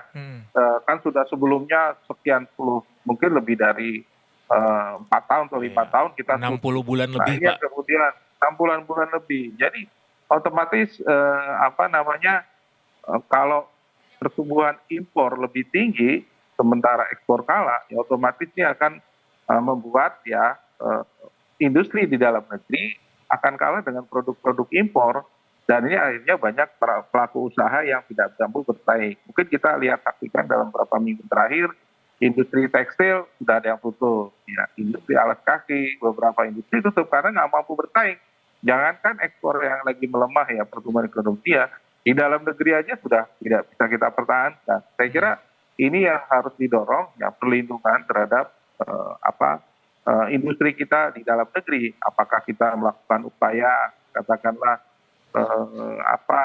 pemberlakuan ya hambatan non tarif, kalau tarif sulit ya, tapi non tarif panjang ada di WTO dibolehkan, kita masih bisa menguatkan itu atau memberikan insentif bagi pelaku-pelaku usaha yang mulai menurun industrinya dalam 2 tahun terakhir karena importasi yang kita cegah, adanya ya praktek produk-produk ilegal dan sebagainya, termasuk juga yang katakanlah masuk ke kita dengan memanfaatkan biaya masuk yang sangat rendah. Yang kedua adalah investasi masyarakat, gitu ya. Kalau kita lihat investasi memang cukup baik ya, tetapi tadi investasi ini didorong karena pembelian kendaraan. Kalau kendaraan ini roda 4 yang didorong di kuartal kedua. Ya. Multipliernya ini nggak banyak industri otomotif kita ya. Harusnya didorong misalnya industri yang kemudian bisa menyerap lapangan kerja jauh lebih banyak, misalnya tekstil tadi, alas kaki, besi, baja, maupun industri berbasis pertanian gitu ya. Nah, hilirisasi berusaha menjawab itu, tapi rasanya belum terlalu terdengar ya dalam kuartal kedua 2026 ini. Nah, terakhir memang yang berat adalah mempertahankan konsumsi rumah tangga. Ya, dengan situasi sekarang ya harga atau inflasi pangan relatif tinggi, maka mau tidak mau ya beberapa komponen masyarakat dipertahankan untuk mendapatkan bantuan sosial. Namun yang dipikirkan adalah kelas menengah nih, seringkali nggak dapat. Sekarang udah nggak mantap lagi, Pak, matang katanya, Pak, makan utang. Nggak mantap lagi, apa itu?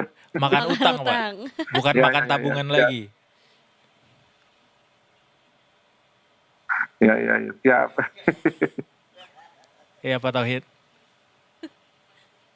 Pak Tauhid masih bersama kami? Ya. Ya, gara-gara si Sepertinya, matang nih. iya. Gara-gara si Padahal matang udah punchline nih, banget tuh ya. Apa tadi Pak Tauhid pura-pura diem ya kayak? Terima kasih loh Pak Tauhid sudah bergabung ya. Ini akan disambungkan kembali atau gimana? We'll try, tapi We'll try ya. Pak Tauhid masih bersama kami? Ya. Oh, masih ada? Gimana Pak tadi Pak? Masih. Boleh diterusin Pak? Tadi saya sorry interupsi dikit soal matang dan mantap tadi. Ya, intinya begini, ketika kita menggantungkan anggaran pemerintah dan kondisi fiskal kita terbatas ya, 2025 kita defisit 2,8 gitu ya. Kita khawatir kalau misalnya nih ya 2027 ya anggaran MB kan sudah tidak masuk ke anggaran pendidikan. Ya, otomatis kalau dengan situasi hari ini itu dikeluarkan dari anggaran pendidikan nambah, otomatis kan tambahan belanjanya nambah, gitu ya. Otomatis ada resikonya terbesar defisit bisa di atas 3%. Nah, karena itu kemungkinan efisiensi untuk program prioritas presiden bisa jadi berkurang jauh lebih besar, begitu. Sehingga ini tidak sustainable di 2027 atau 2028. Saya kira ini catatan cukup penting ya, sehingga potensi peningkatan pertumbuhan ekonomi seperti 2026 agak semakin berat di 2027 dan 2028 ya, ketika katakanlah memang MBG memang tidak masuk anggaran pendidikan secara filosofis maupun substansi. Berarti tapi tadi Pak Tauhid sepakat ya Pak bahwa masih perlu banyak obat-obat penguat gitu untuk berbagai macam industri kita, mau Booster lah apapun. ya. Iya, booster, mau itu industri mau itu dalam bentuk insentif kah begitu ya.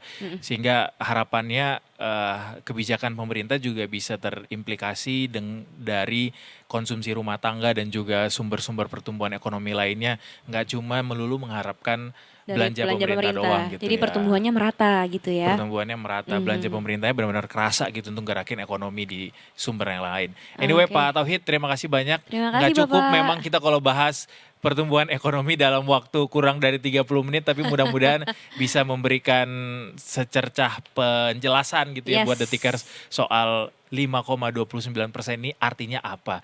Terima kasih sekali lagi Pak Tauhid. Sehat selalu, selamat Oke, bertugas terima kasih. kembali. Terima Selamat sore kasih Pak. Bapak, sehat selalu. Pak Susi, terima kasih. Terima kasih. Apakah kita ke NTMC guys? Oh, cuap-cuap dulu cuap-cuap katanya dulu. Detikers. Cuap-cuap. Jalan-jalan. Cuap-cuap apa ya? Lo sendiri ngerasa gak sih bahwa ekonomi itu tumbuh? Atau lo ngerasa kayak justru makin berat sekarang? Gue jujur merasa berat sih. Berat ya? Berat. Tapi semenjak laki gue pindah kerja nggak berat lagi. Oh, dapat yang lebih baik berarti. Ya, betul. Padahal udah di tempat yang baik loh, tapi dapat lebih baik. It's a good sign. It's a good sign. Yang bagi semua orang baik belum tentu bagi orang yang menjalaninya itu baik. Termasuk juga berlaku buat yang buruk ya. Betul. Buat yang lain buruk belum tentu buat yang lain juga buruk ya. Betul. Ini arahnya kemana ya? Kemana ya arahnya ya? Tapi ya itulah 5,29% adalah angka secara hitam di atas putih, adalah angka yang cemerlang, tapi belum tentu. Harus kita juga dicermati lah di balik betul. angka itu siapa yang bertumbuhnya paling banyak gitu ya. Tadi udah sedikit di-spill sih sama Pak Tauhid, tapi mudah-mudahan Detikers nangkap ya tadi ya.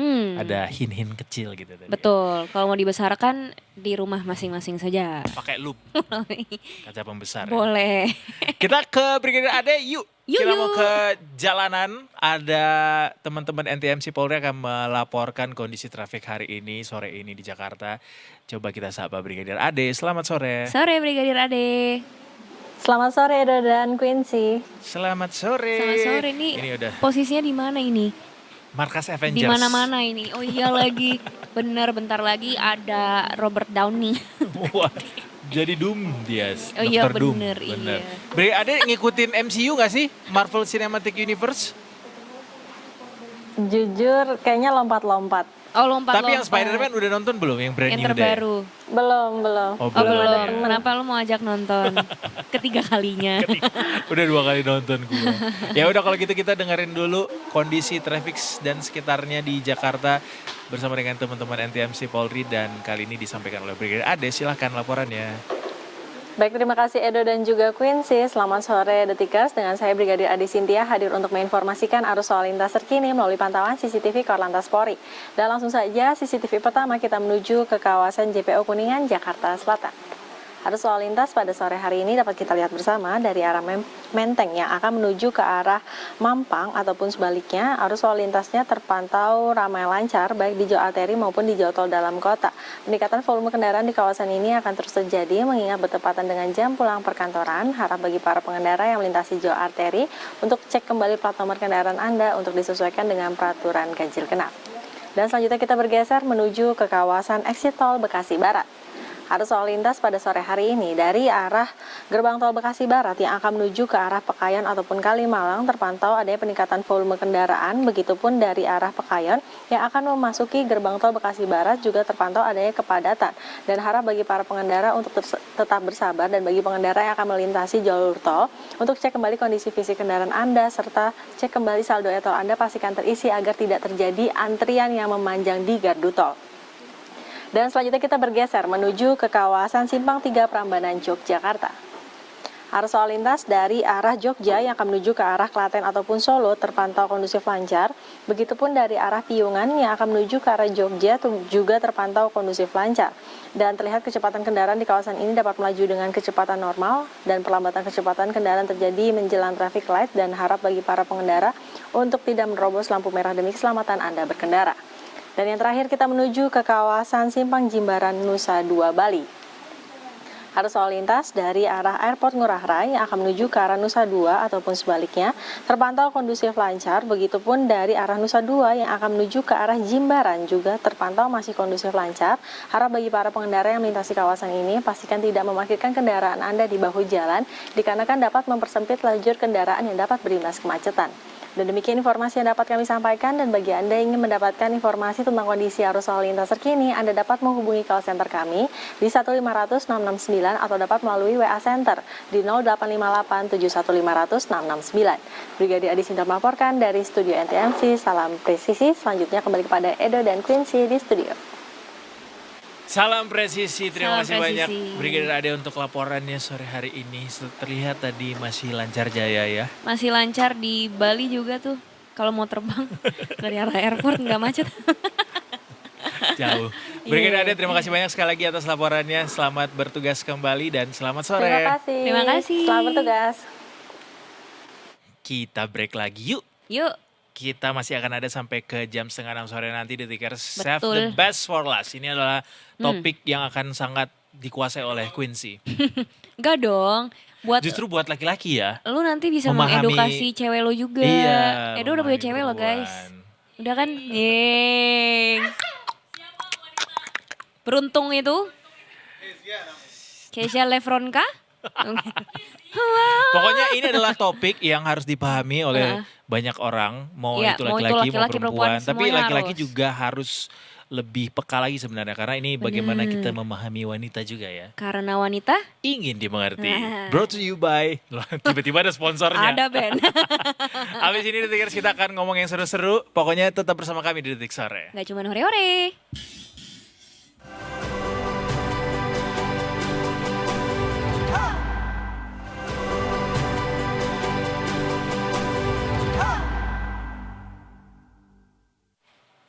You guys are still watching Detik Sore. Gak cuman hore-hore. Ini beneran kali ini kita agak hore-hore dikit lah, tapi lebih serius, lebih ada seriusnya ya. Ada seriusnya. Emang dari tadi kita gak serius. Serius banget tau. Cuma gua kita lebih penat. santai lah hari ini, Iya. yang di segmen terakhir ini.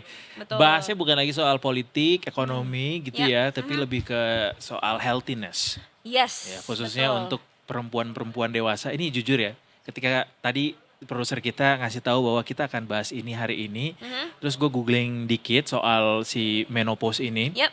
Gue langsung kayak makin respect banget sama perempuan. Gitu. Kayak Respect. the whole their life tuh ada aja tantangannya gitu. Ada, dan itu mostly hormonal. Iya, Kayak maksudnya melahirkan hormonal, benar. menyusui Tapi kerap hormonal. kali malah dianggap sama orang-orang atau khususnya kaum pria gitu ya bahwa perempuan tuh terlalu sensitif, terlalu ini, Drama. terlalu drama gitu segala Iya. macam. Man, you don't know. Makasih ya. Semoga suamiku nonton. Bahwa mereka banyak sekali pergulatan batin ya lewat Ah, hormonal-hormonal itu. iya. Langsung aja kita sapa yuk. Yuk. Narasumber kita sore hari ini siapa, Queen? Ada Coach Mia Fitri, Menopause Health Coach and Fitness Coach. Selamat datang Welcome to Mbak Detik Mia. Sore, Mbak Mia. Thank you banget. Happy to be here. Happy to be here, happy to have you here as well. Dan ketika kita lihat atribusinya gitu ya, menopause health coach. Yes. Ternyata ada ya menopause health coach It's a itu new thing atribusinya. for Iya, us ya. jujur. Iya, aku bangga sih jadi menopause health coach. Karena sebenarnya semua perempuan itu akan sampai ke sini. Betul. Iya, betul. Kalau boleh tahu, apa awalnya Mbak Mia ini menekuni untuk menjadi menopause health coach? Karena tadi sempat mention awalnya aku health and fitness coach dulu seperti itu ya. Lalu setelah itu ternyata mengalami perimenopause, terus cari tahu akhirnya jadi ini nih Iya, menopause health dari coach gitu pengalaman ya. sendiri. Intinya Yes. pengalaman pribadi, waktu itu aku udah jadi seorang certified fitness coach. Dan di usia 42, aku ngerasa nggak baik-baik aja. Oke. karena aku sampai nggak kenal siapa diriku, aku kena panic attack, aku bahkan didiagnosa depresi di usia 42, padahal mestinya sih paling sehat ya kan, Karena coach Karena kan. health coach karena juga merasa ya, udah fitness fitness coach, coach, ya. gitu. Iya. Nah di situ akhirnya aku jadi seorang health coach, dan saat aku belajar menjadi seorang health coach, aku baru tahu kalau aku tuh ternyata perimenopause. Oke, oke. Gitu. Dan Sebelum waktu itu di nggak usia tahu 42. bahwa ada yang namanya fase perimenopause. Aku tahu, tapi aku ngerasa masa iya sih gue udah perimenopause, Masih because I was denial. 42 kan. Oke. Dan aku mensnya masih lancar, dan itu yang seringkali banyak perempuan itu mikir kalau perimenopause itu gejalanya haidnya nggak lancar. Padahal banyak banget gejala perimenopause yang banyak perempuan nggak tahu, yang sifatnya nggak cuman haidnya nggak teratur. Seperti apa aja tuh? Seperti berat badan gampang naik, Gampang naik, oke. susah tidur, Oke. atau kualitas tidurnya beda, Oke. atau rambutnya menipis, kulitnya kering, moody, brain fog, itu kan semua nggak ada hubungannya sama siklus haid ya. Iya. Dan Oke. biasanya orang mikir itu baru terjadi kalau udah akhir 40-an atau awal 50-an. Oke. Padahal menopause itu bisa terjadi dan dianggap normal saat kamu usia 45 sampai 55. Oke, oke. Perimenopause sendiri itu bisa 10 tahun. Jadi kamu dari usia 35 sampai 40 pun itu bisa mulai keluar tuh gejala-gejala itu. Oke. Lalu kapan kita harus worry nih sebagai wanita? Karena kan tadi Mbak Mia sendiri bilang, Well, you don't have to be worried, darling. coy gue 3 tahun gitu lagi gue. 35. Nah ini pemikiran kayak gini, you don't need to worry, it's actually awal dari kesalahan kita. Semua perempuan itu kan bakal menopause ya. Betul. Jadi mestinya kita belajar soal itu dari kayak kita belajar waktu pertama kali kita haid. Oke. Because every woman, kalau kamu punya ovary pasti akan menopause. Oke, Dan oke. kapan, whenever you feel like kayaknya gue mesti tahu karena gue perempuan. Oke. Where do iya. we go? Where should we go? Kayak Opjin kah atau apa? Sekarang udah malah banyak komunitas yang ngomongin ini. Oke. Kamu nggak harus ke Objin. Salah satu komunitas yang aku bikin namanya No Pause Life. Kamu mulai bisa belajar di situ. Oke. Itu kenapa aku diriin komunitas No Pause Life, karena aku sadar betapa tidak taunya kita soal babak kehidupan yang akan pasti kita lalui. Yes, Gitu. Karena oke. banyak banget stigma yang nyelimutin menopause, Hmm. yang bikin kita jadi males belajar, nggak peduli, ntar-ntar aja, tarsok-tarsok gitu kan. Tarsok. Tadi sempat dibilang kalau perimenopause itu bisa terjadi sekitar 5 sampai 10 tahun Ya. sebelum kita mengalami menopause Ya. gitu ya. Itu kan lumayan panjang tuh intervalnya 5 sampai 10 tahun gitu. Ya. Apa yang menentukan seorang perempuan akan mengalami perimenopause lebih cepat, Mbak? Faktor-faktornya apa Karena aja? haidnya juga Lifestyle. cepet. Oh, lifestyle. Lifestyle. Oke. Kita nggak harus go downhill saat kita perimenopause. Banyak perempuan yang ngerasa kalau udah 40-an tuh kan badannya kok beda banget ya. Kok Ya. gue beda banget ya. Nah itu sebetulnya dia sudah masuk ke masa perimenopause. Oke. Seringnya masih denial. Ya kan, kalau udah masuk 40, enggak gue masih mens kok, masih bisa punya anak gitu. Oke. Nah, kalau misalnya pingin siap, itu sebetulnya harus mulai peduli sama gaya hidup. Mulai misalnya mentingin tidur. Tidur itu udah nggak bisa disepelein kalau udah umur 40. Mulai bisa ngenalin sinyal tubuh. Kalau misalnya capek, Istirahat. tapi iya kayak nggak bisa lagi gitu loh. Gue mau begadang, gue mau drakoran, next episode gitu kan ya. Nah, ditahan-tahanin gitu ya. Ditahan-tahanin gitu, atau nggak apa-apa lah, hidup itu biar bisa makan enak gitu kan. Tapi terus kemudian kamu gejalanya keluar semua. Betul. Gitu. Jadi hot flashnya tambah parah, Oke. brain fognya tambah parah, gitu kan, mood swingnya tambah parah. Makanan gimana, Mbak? Iya, harus mulai ngerti apa yang harus dimakan. Oke. Harus selalu bergizi atau kayak gimana yang bisa jadi gambaran gitu makanan sehat? Konsep bergizi aja tuh buat aku banyak orang yang nggak tahu, karena banyak orang yang mikir kalau makan sehat itu artinya makan sedikit, Ya. misalnya kayak gitu.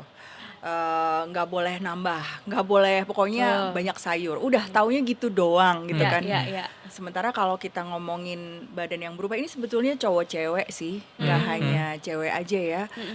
kalau kita umur 40 itu kemungkinan besar kenapa kok kita gampang gemuk, itu karena kita massa ototnya turun. Oke. Kalau massa ototnya turun, massa lemaknya yang naik karena massa otot itu mesin pembakar energi yang dahsyat gitu ya. Nah, berarti apa dong yang bisa nahan si otot ini supaya nggak nyusut kan gitu pertanyaannya ya. So protein adalah salah satu yang harus kita konsumsi lebih banyak saat kamu udah 40. Mau lu cewek, mau lu cowok. Ribet deh. Gitu. Jadi itu protein, serat gitu ya. Ya. Itu harus. Paling nggak kalau ngomongin nutrisi itu ya. Ya. Kalau strength training juga pasti butuh ya.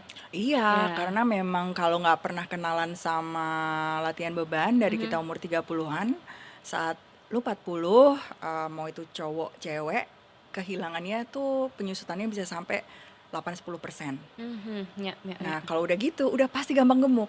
Oh iya ya. Langsung bentuk badannya pun jadi beda. Oke. Oke. Sebagai orang yang sudah melewati masa-masa perimenopause walaupun saat ini juga masih ya. Aku masih perimenopause. Apa namanya melewati masa struggle itu gitu ya. Walaupun mungkin bisa jadi panduan juga buat orang-orang yang mungkin akan menghadapinya atau saat ini sedang menghadapinya. Kan tadi Mbak bilang bahwa jadinya siklus haid jadi nggak teratur gitu, bisa sampai anxiety segala macam gitu.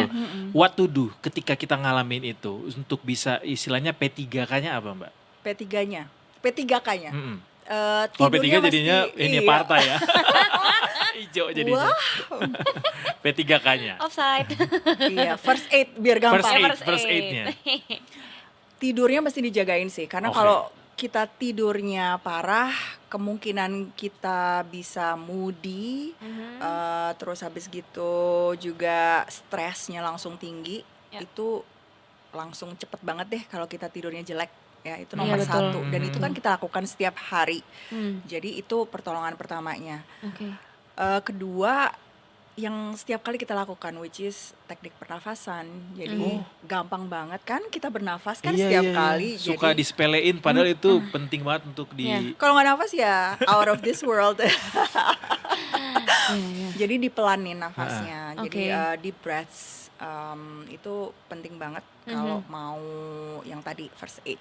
Tapi Oke. susah tuh Mbak buat orang Jakarta karena semua pace-nya serba cepet kan. Jadi kayak Bener. Kayak bernapas susah untuk nafas. lambat tuh. Slow the F down Iya, istilahnya iya. gitu ya. F down, iya. Jadi kita terlalu fast pace dan bahkan kita ada di sini mikirnya udah nanti mau kemana, nanti mau gimana Exactly. ya kan. Ya. Jadi harus bawa ke sini kini, belajar membawa diri kita ke sini kini. Kamu ada di mana sih? Oke. Gitu. Kamu lagi ngapain? Kamu lagi pakai baju apa? Ruangannya lagi dingin, panas. Jadi check in di sini kini itu bagus banget. Namanya grounding. Oke, Grounding. oke. Iya. Aku penasaran deh Mbak Mia karena gejala-gejala yang Mbak Mia tadi sebutkan untuk perimenopause itu sebetulnya mirip-mirip dengan gejala aku ketika aku baru menyusui, melahirkan. Aku kebetulan Yes. baru 6 bulan menjadi ibu dan awal-awal melahirkan tuh lumayan stres karena ditinggal suami 2 minggu. Jadi aku begadang semua sendiri dan betul kata Mbak Mia tadi kalau kita sleep deprivation gitu ya, kita akan merasakan senggol bacok ya. Kayak semua pengen dimarahin Senggol gitu. Is it bacok kind of baby banget. blues atau gimana? No, Yes. Karena Postpartum. postpartum. Oke. Kalau aku justru lebih ke menyusuinya Mbak Mia. Waktu itu dikenakan sindrom tuh namanya DMARD sama konselor laktasi aku, dimana itu satu tingkat di bawah baby blues. Jadi ketika lu menyusui babynya udah nempel nih, lu coba ya gitu menyusui. Babynya nemplok nih gitu kan. Terus beberapa saat setelah ASI-nya keluar itu tuh mood lo langsung berubah Oh iya? seketika. Kayak itu Bad mood? gelombang emosi, iya. Dan sedih. Atau melo? Melo, Ya, melo. sedih. Makanya konselor laktasi aku bilang kamu harus sambil nonton, gak usah fokus tatap-tatapan kayak di sinetron sama bayinya, nggak apa-apa, langsung nonton aja atau dengerin lagu favorit. Biar nggak didramatisir ya Biar situasinya. nggak ya. didramatisir. Untuk ngedistraksi Iya, lebih iya, tepatnya iya, kayak iya. bayi aja, bayi sedih kita distract. Iya, Kita iya. juga sebetulnya gitu ternyata. I see. Gitu. Nah, pertanyaanku adalah mungkin nggak perimenopause ini terjadi juga ke new mom atau enggak sebenarnya? Numah enggak. Enggak ya. Cuman kalau ada data yang bilang kapan sih perempuan itu mirip masa perimenopausnya pas postpartum itu tadi. Bayangin tapi 10-15 tahun ya. Iya. Wow, aku Jadi akan makanya mengalami itu nanti lagi. para suami tuh harus tahu soal Iya. perimenopause karena semua laki-laki pasti punya paling nggak ibu kan, Ya, betul. nanti istri, habis itu paling nggak atau Anaknya. Anaknya perempuan anaknya mungkin. atau sisternya gitu kan, adik perempuan, Yes. kakak perempuan. Ya. Jadi laki-laki juga nggak akan lepas dari menopause. You're stuck with us. You also cannot live without us. Oh, yes. We are very sure about it. Jadi harus tahu caranya dealing sama orang yang perimenopause. Oke. Gimana Mbak caranya? Please teach us Minta some tips. lesson. Dia minta tips. 5W1 hanya ya. How to deal with that kind of person gitu. Mungkin banyak yang juga nggak menyadari atau nggak paham gitu gimana sih caranya untuk bisa tetap bonding sama orang Iya. perempuan Iya. yang lagi peri atau mungkin ya sedang hormonnya naik turun gitu. Hal yang bisa laki-laki lakukan supaya lebih understanding dan supportive Ya. untuk perempuan di masa ini adalah coba mengerti apa itu. Apa sih yang dia lalui gitu. Oke. Apa yang dia lalui dan supaya nggak cuma sekedar kamu aja itu yang stres. Itu Ya. kata-kata yang paling kita sebel dengernya Betul. gitu. Jangan sampai kata-kata itu keluar ya. Jangan Kamu sampai, aja gitu. Kok kamu aja gitu. Langsung salah semua ya. Langsung saya ngobat. Benar lagi. Berusaha mengerti apa yang perempuan lalui dan kita juga mungkin bisa redefine intimacy. Banyak sekali couples yang merenggang hubungannya di saat perimenopause. Ada studi bahkan yang mempertanyakan kenapa sih kok divorce rate itu tinggi banget di Setelah- usia 40-an gitu. oke, Bisa oke. jadi juga karena renggang Faktor itu. karena nggak ada saling pengertian Yes. di fase itu. Oke. Belajar mengerti apa yang perempuan lalui, terus juga meredefine intimacy, meaning kadang perempuan tuh cuman pengen ditemenin nonton TV, Yeah. dia pegangin tangannya, Betul. dipeluk, Iya, dicium nggak perlu keningnya. ditanya kamu, tapi cukup dipeluk aja, Betul. dipegang, dibantu, apa yang bisa aku bantu Yes. untuk meringankan beban kamu hari ini, cukup begitu Iya. aja gitu. Nggak perlu Jadi, debat begitu, kusir. Mas. Gitu Nggak ya, perlu Dok, harus ya? pura-pura ini Nggak air perlu. putih hangat aku bawain gitu Iya. misalnya. Ada yang bisa aku bantu Iya. nggak? Iya. Ada yang bisa aku lakukan buat meringankan beban kamu? Keluar nggak? kamu dari rumah ini. Terus jawab begitu. Itu lu keluar dong kalau kata gua. Keluar Atau aja kalau ya. lagi Keluar. ngomel dipegang aja tangannya. Iya, Nggak usah dipeluk. ada kata apapun, dipegang, dipeluk. Iya, benar. Intinya harus peka-peka aja ya kalau untuk cowok. Daripada ya. kalau ngomong salah. Daripada ngomong Nah salah. itu. Tunggu Mendingan momen yang silent tepat. aja ya, mendingan Silence gitu is ya. gold. Tapi kan? bukan silent aja, silentnya dengan affection. I see. Makanya tadi Betul. redefining intimacy. Intimacy itu kan nggak selalu kissing ya. Yep. Intimacy itu kadang just hugs, holding hands, Yeah. being there. Ya, ada gesture Without yang even ditunjukin talking loh kadang-kadang. Iya, iya. Kadang kita cuma pengen sebelahan tapi nggak ditanya kamu kenapa sih kok gitu amat, nggak pakai gitu, cuma Iya, di iya. sebelahnya aja. Soalnya sekarang banyak Genzi bilang sekarang banyak cowok bingung, Mbak. Oh apa tuh? Kenapa tuh? Ya bingung aja dia apa yang harus dia lakukan Oh. ketika berhadapan dengan pasangannya gitu. Mungkin salah satunya konteksnya adalah ini gitu. Ketika pasangan mungkin sedang menstruasi, haid, PMS gitu iya, ya. Yes. apa yang harus dilakukan gitu kayak bingung. Aku ke kanan salah, aku ke kiri salah gitu. Udah diem Iya aja. sih, udah diam aja ya. Tapi diam aja juga tidak menyelesaikan masalah ya, harus juga dengan gesture gimana Iya, Mungkin body kita language connection. ya, Iya, iya. benar. pengertiannya gimana ya. Aku ada pertanyaan. Ada IUD sekarang yang bisa men-stop menstruasi kan, Mbak? IUD, spiral. Birth control. Oke, Birth oke. control. Nah, itu yang memakai IUD itu hormonal ya namanya. IUD hormonal itu apakah bisa tetap merasakan menopause atau gimana, Mbak? Karena kan Ya dia kan iyalah. nggak Kalau menstruasi punya kan? ovaries pasti akan menopause. Oke. Hanya mungkin gejalanya jadi sedikit berbeda karena kan ada yang nggak mens ya. Iya. Jadi memang ini percakapan yang harus kita punya dengan dokter Oke, obgyn, obgyn ya.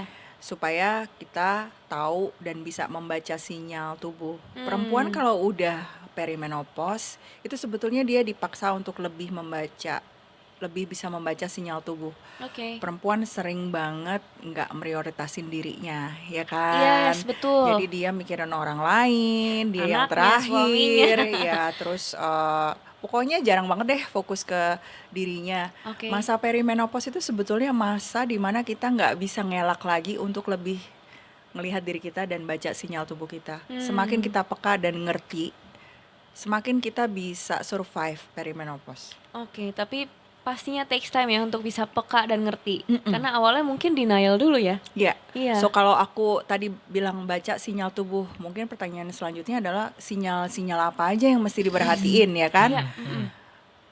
Selain siklus haid, which is banyak banget perempuan nih nggak pernah monitor loh. Oke. Siklus haid nggak pernah nyatet. Itu pertama harus nyatet siklus haidnya. Yep. Berubah apa enggak? Ya kan? Cycle-nya sama, makin pendek, makin panjang, durasinya gimana juga mesti tahu. Itu Oke. sinyalnya. Yang pertama. Yang kedua, tidur. Ya. Tidur kamu gimana? Tidur kamu bagus nggak? Keputus-putus nggak? Jam 2 pagi bangun nggak? Bisa Oke. tidur lagi nggak? Itu pun laki-laki juga bisa kok. Untuk kalau mau jaga kesehatannya ya, Ya. baca sinyal tubuhnya tuh how was your sleep? Terus kapan kita olahraga, ya kan? Perlu nggak? Kalau badanku dibawa gerak tuh enak nggak? Oke. Kalau kita makan, kalau gua makan ini badan gua jadi enak, apa jadi tambah apa kayak misalnya malas gerak? Iya. Oke, Itu harus oke. aware tuh ya. Iya, jadi gitu ya. sebenarnya diajarin untuk baca sinyal tubuhnya tuh kayak gitu-gitu loh. Kalau gua makan ini, perut gua bloated nggak? Oh iya. Susah ke belakang nggak? Oke. Kalau gua makan ini, badan gue enakan nggak? Punya energi nggak? Itu kan sinyal. Soalnya suka kepikirannya pokoknya enak aja di mulut gitu ya, Iya. tapi nggak mikirin Habis itu pada akhirnya gimana. susah BAB, Iya. bloated, terus stres sendiri, frustasi sendiri gitu kan. Yang penting sopan di mulut, sopan di akhirat mah nggak penting ya. Gokil loh, tapi ini tadi kita bahas sedikit soal komunitas No No Pause Life Pause, yang, ya. yang dibentuk sama Mbak Mia sendiri. Itu komunitas isinya ngapain aja Mbak kegiatannya dan kemudian apa saja yang bisa didapatkan ketika bergabung di komunitas itu? Di sini kita building awareness ke semua perempuan apa sih yang bakal terjadi saat kamu perimenopause dan menopause. Oke. Aku ngelihat banyak perempuan yang clueless terus sendirian dalam perjalanan ini. Dan kalau kamu sendirian itu torture banget sih ya. Aku Betul. pernah merasakan ini sendirian soalnya kan. Banyak yang ini masih dianggap tabu. Jadi di sini kita banyak ngasih informasi. Aku juga mencoba untuk busting myths supaya ngilangin stigmanya juga, ya kan? Oke. Dapat informasi. Kita juga sering ngadain webinar online. Kita Oke. juga sempat ngadain offline event. Masih di Jakarta, tapi kalau webinar ini bisa Di mana aja? di mana Dimana aja aja ya. ikutan gitu. Di sini kita ngadirin experts, macam-macam experts Oh. dari Oke. kemarin kita juga seksolog gitu kan, ada sleep coach, Oh, ada nanti sebentar lagi kita mau ada kerja sama Rumah Remedy Oh, on how nice. to, ini topiknya nanti tanggal 15 Agustus soal am I going crazy gitu, jadi perimenopause and mental health. Oke. Itu tanggal 15 Agustus. So, kita banyak banget kolaborasi dengan orang-orang yang kita pikir akan bantu perempuan melewati masa perimenopause dan menopause. Yap, Intinya yap. itu. Oke. Aku mungkin mau lanjut ke pertanyaan tadi sempat disebutkan myths atau mitos gitu ya. Ya. Mitos soal menopause apa yang mungkin mau diluruskan sama Mbak Mia? Nah, klarifikasi ya. Iya, mitos-mitos yang berkeliaran di luar sana yang mau diluruskan Oh, barangkali. banyak, tapi yang sering kali perempuan rasain kalau ada kata-kata menopause, mau itu perimenopause, dia langsung nganggep ini kita go downhill, Udah tua gitu ya. udah tua, makanya nggak mau ngomongin ya kan. Ya. Terus lu udah expired atau kadaluarsa, End of the story kesannya aja. udah nggak bisa ada kontribusi. Nah itu narasi yang pingin aku ubah. Oke. Baik itu dari aku sendiri, my health coaching agency, ataupun dari komunitas No Pause Life. Kalau perempuan itu bisa ngabisin 30 tahun di post menopause. Masa iya sih mau downhill, ya kan? Ya, ya, ya. Jadi aku mau ngajarin seninya untuk menua dengan berbeda. gitu loh. You can age differently, you can age powerfully, you can age gracefully, tapi nggak downhill. Banyak yang Masih berpikir banyak. bahwa ketika sudah menopause kemudian is the end of the story gitu ya. Banyak. Kan juga ada ageism ya. Yes. Iya. Iya, jadi kita pun sering doubting ourselves. Banyak perempuan yang berpikir untuk resign dari pekerjaannya karena mereka perimenopause. Karena saat mereka brain fog atau mereka mood swing, mereka mikir mereka apa gue tambah stupid, apa gue slow, apa gue nggak bisa secepat dan sepinter dulu. Jadi mereka banyak yang kemudian berpikir untuk maybe this is not for me anymore. Apakah gue bakal kalah sama yang muda? Jadi itulah yang Pikiran-pikiran itu sebenarnya terbentuk jadinya ya. Padahal justru mereka-mereka ini seringkali ada di puncak karir kan. Iya, di umur-umur segitu Iya, ya udah itu matang-matangnya. golden time justru ya. Iya. Tapi banyak juga yang mulai ngeraguin dirinya karena gejala-gejala perimenopause itu. Am I going crazy? Am I getting stupid? Ya kan kayak gitu-gitu loh. Jadi itu cuma pikiran-pikiran negatif yang ada di kepala aja sebenarnya. Memang sejauh ini. harus ada strategi baru. Aku selalu bilang kalau kamu masuk masa perimenopause, kamu nggak bisa pakai strategi yang lama.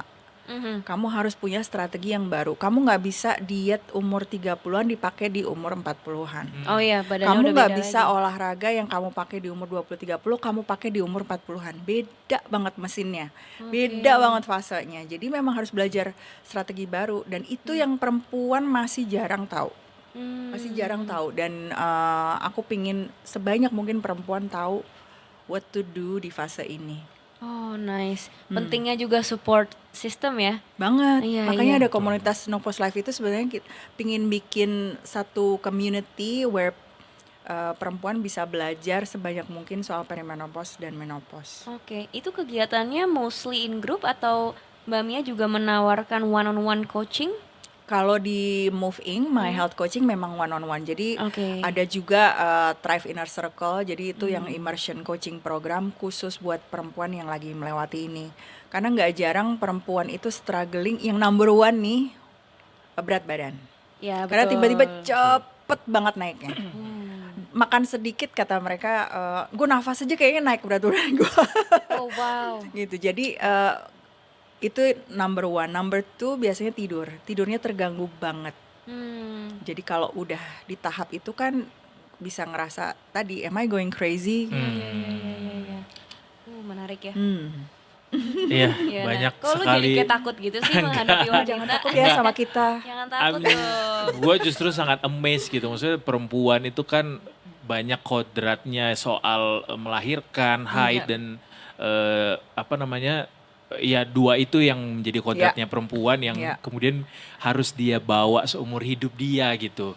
Dan amazing kalian masih bisa tetap apa namanya? Tetap Melanjutkan hidup. survive ya dengan segala macam prestasi yang kalian punya gitu ya dan juga menjadi seorang ibu di karir Thank dan di you. We jadi need more anak of gitu. this ya nggak sih? Iya loh. Iya. Untuk laki-laki jangan pernah malu untuk mengappreciate para wanita di luar sana ya. Betul. Jadi Karena benar kadang kalau cowok kata tuh nggak bisa berword-word kan kalau soal pujian ya nggak padahal sih? cowok tuh dari dulu nyanyinya kan karena wanita ingin dimengerti. Dodi Tapi doang dia yang ngertinya tuh mungkin nggak elaboratif gitu ya. Iya. Ternyata banyak hal yang harus dimengerti. Banyak gitu. banyak banget. Seru sekali. Tapi waktu kita Nah, juga itu yang dia. harus diakhiri hari ini dan mudah-mudahan ada kesempatan lain ngobrol lagi sama Yes. Mbak Mia ya. Thank you ya. Terima kasih banyak Mbak Mia. Mudah-mudahan ini Sama-sama. investasi yang baik buat Detikers yang sudah nonton dari tadi. Tapi juga kita akan hadir lagi besok ya, Queen Oh ya. iya betul. Lu kali gue emang enggak.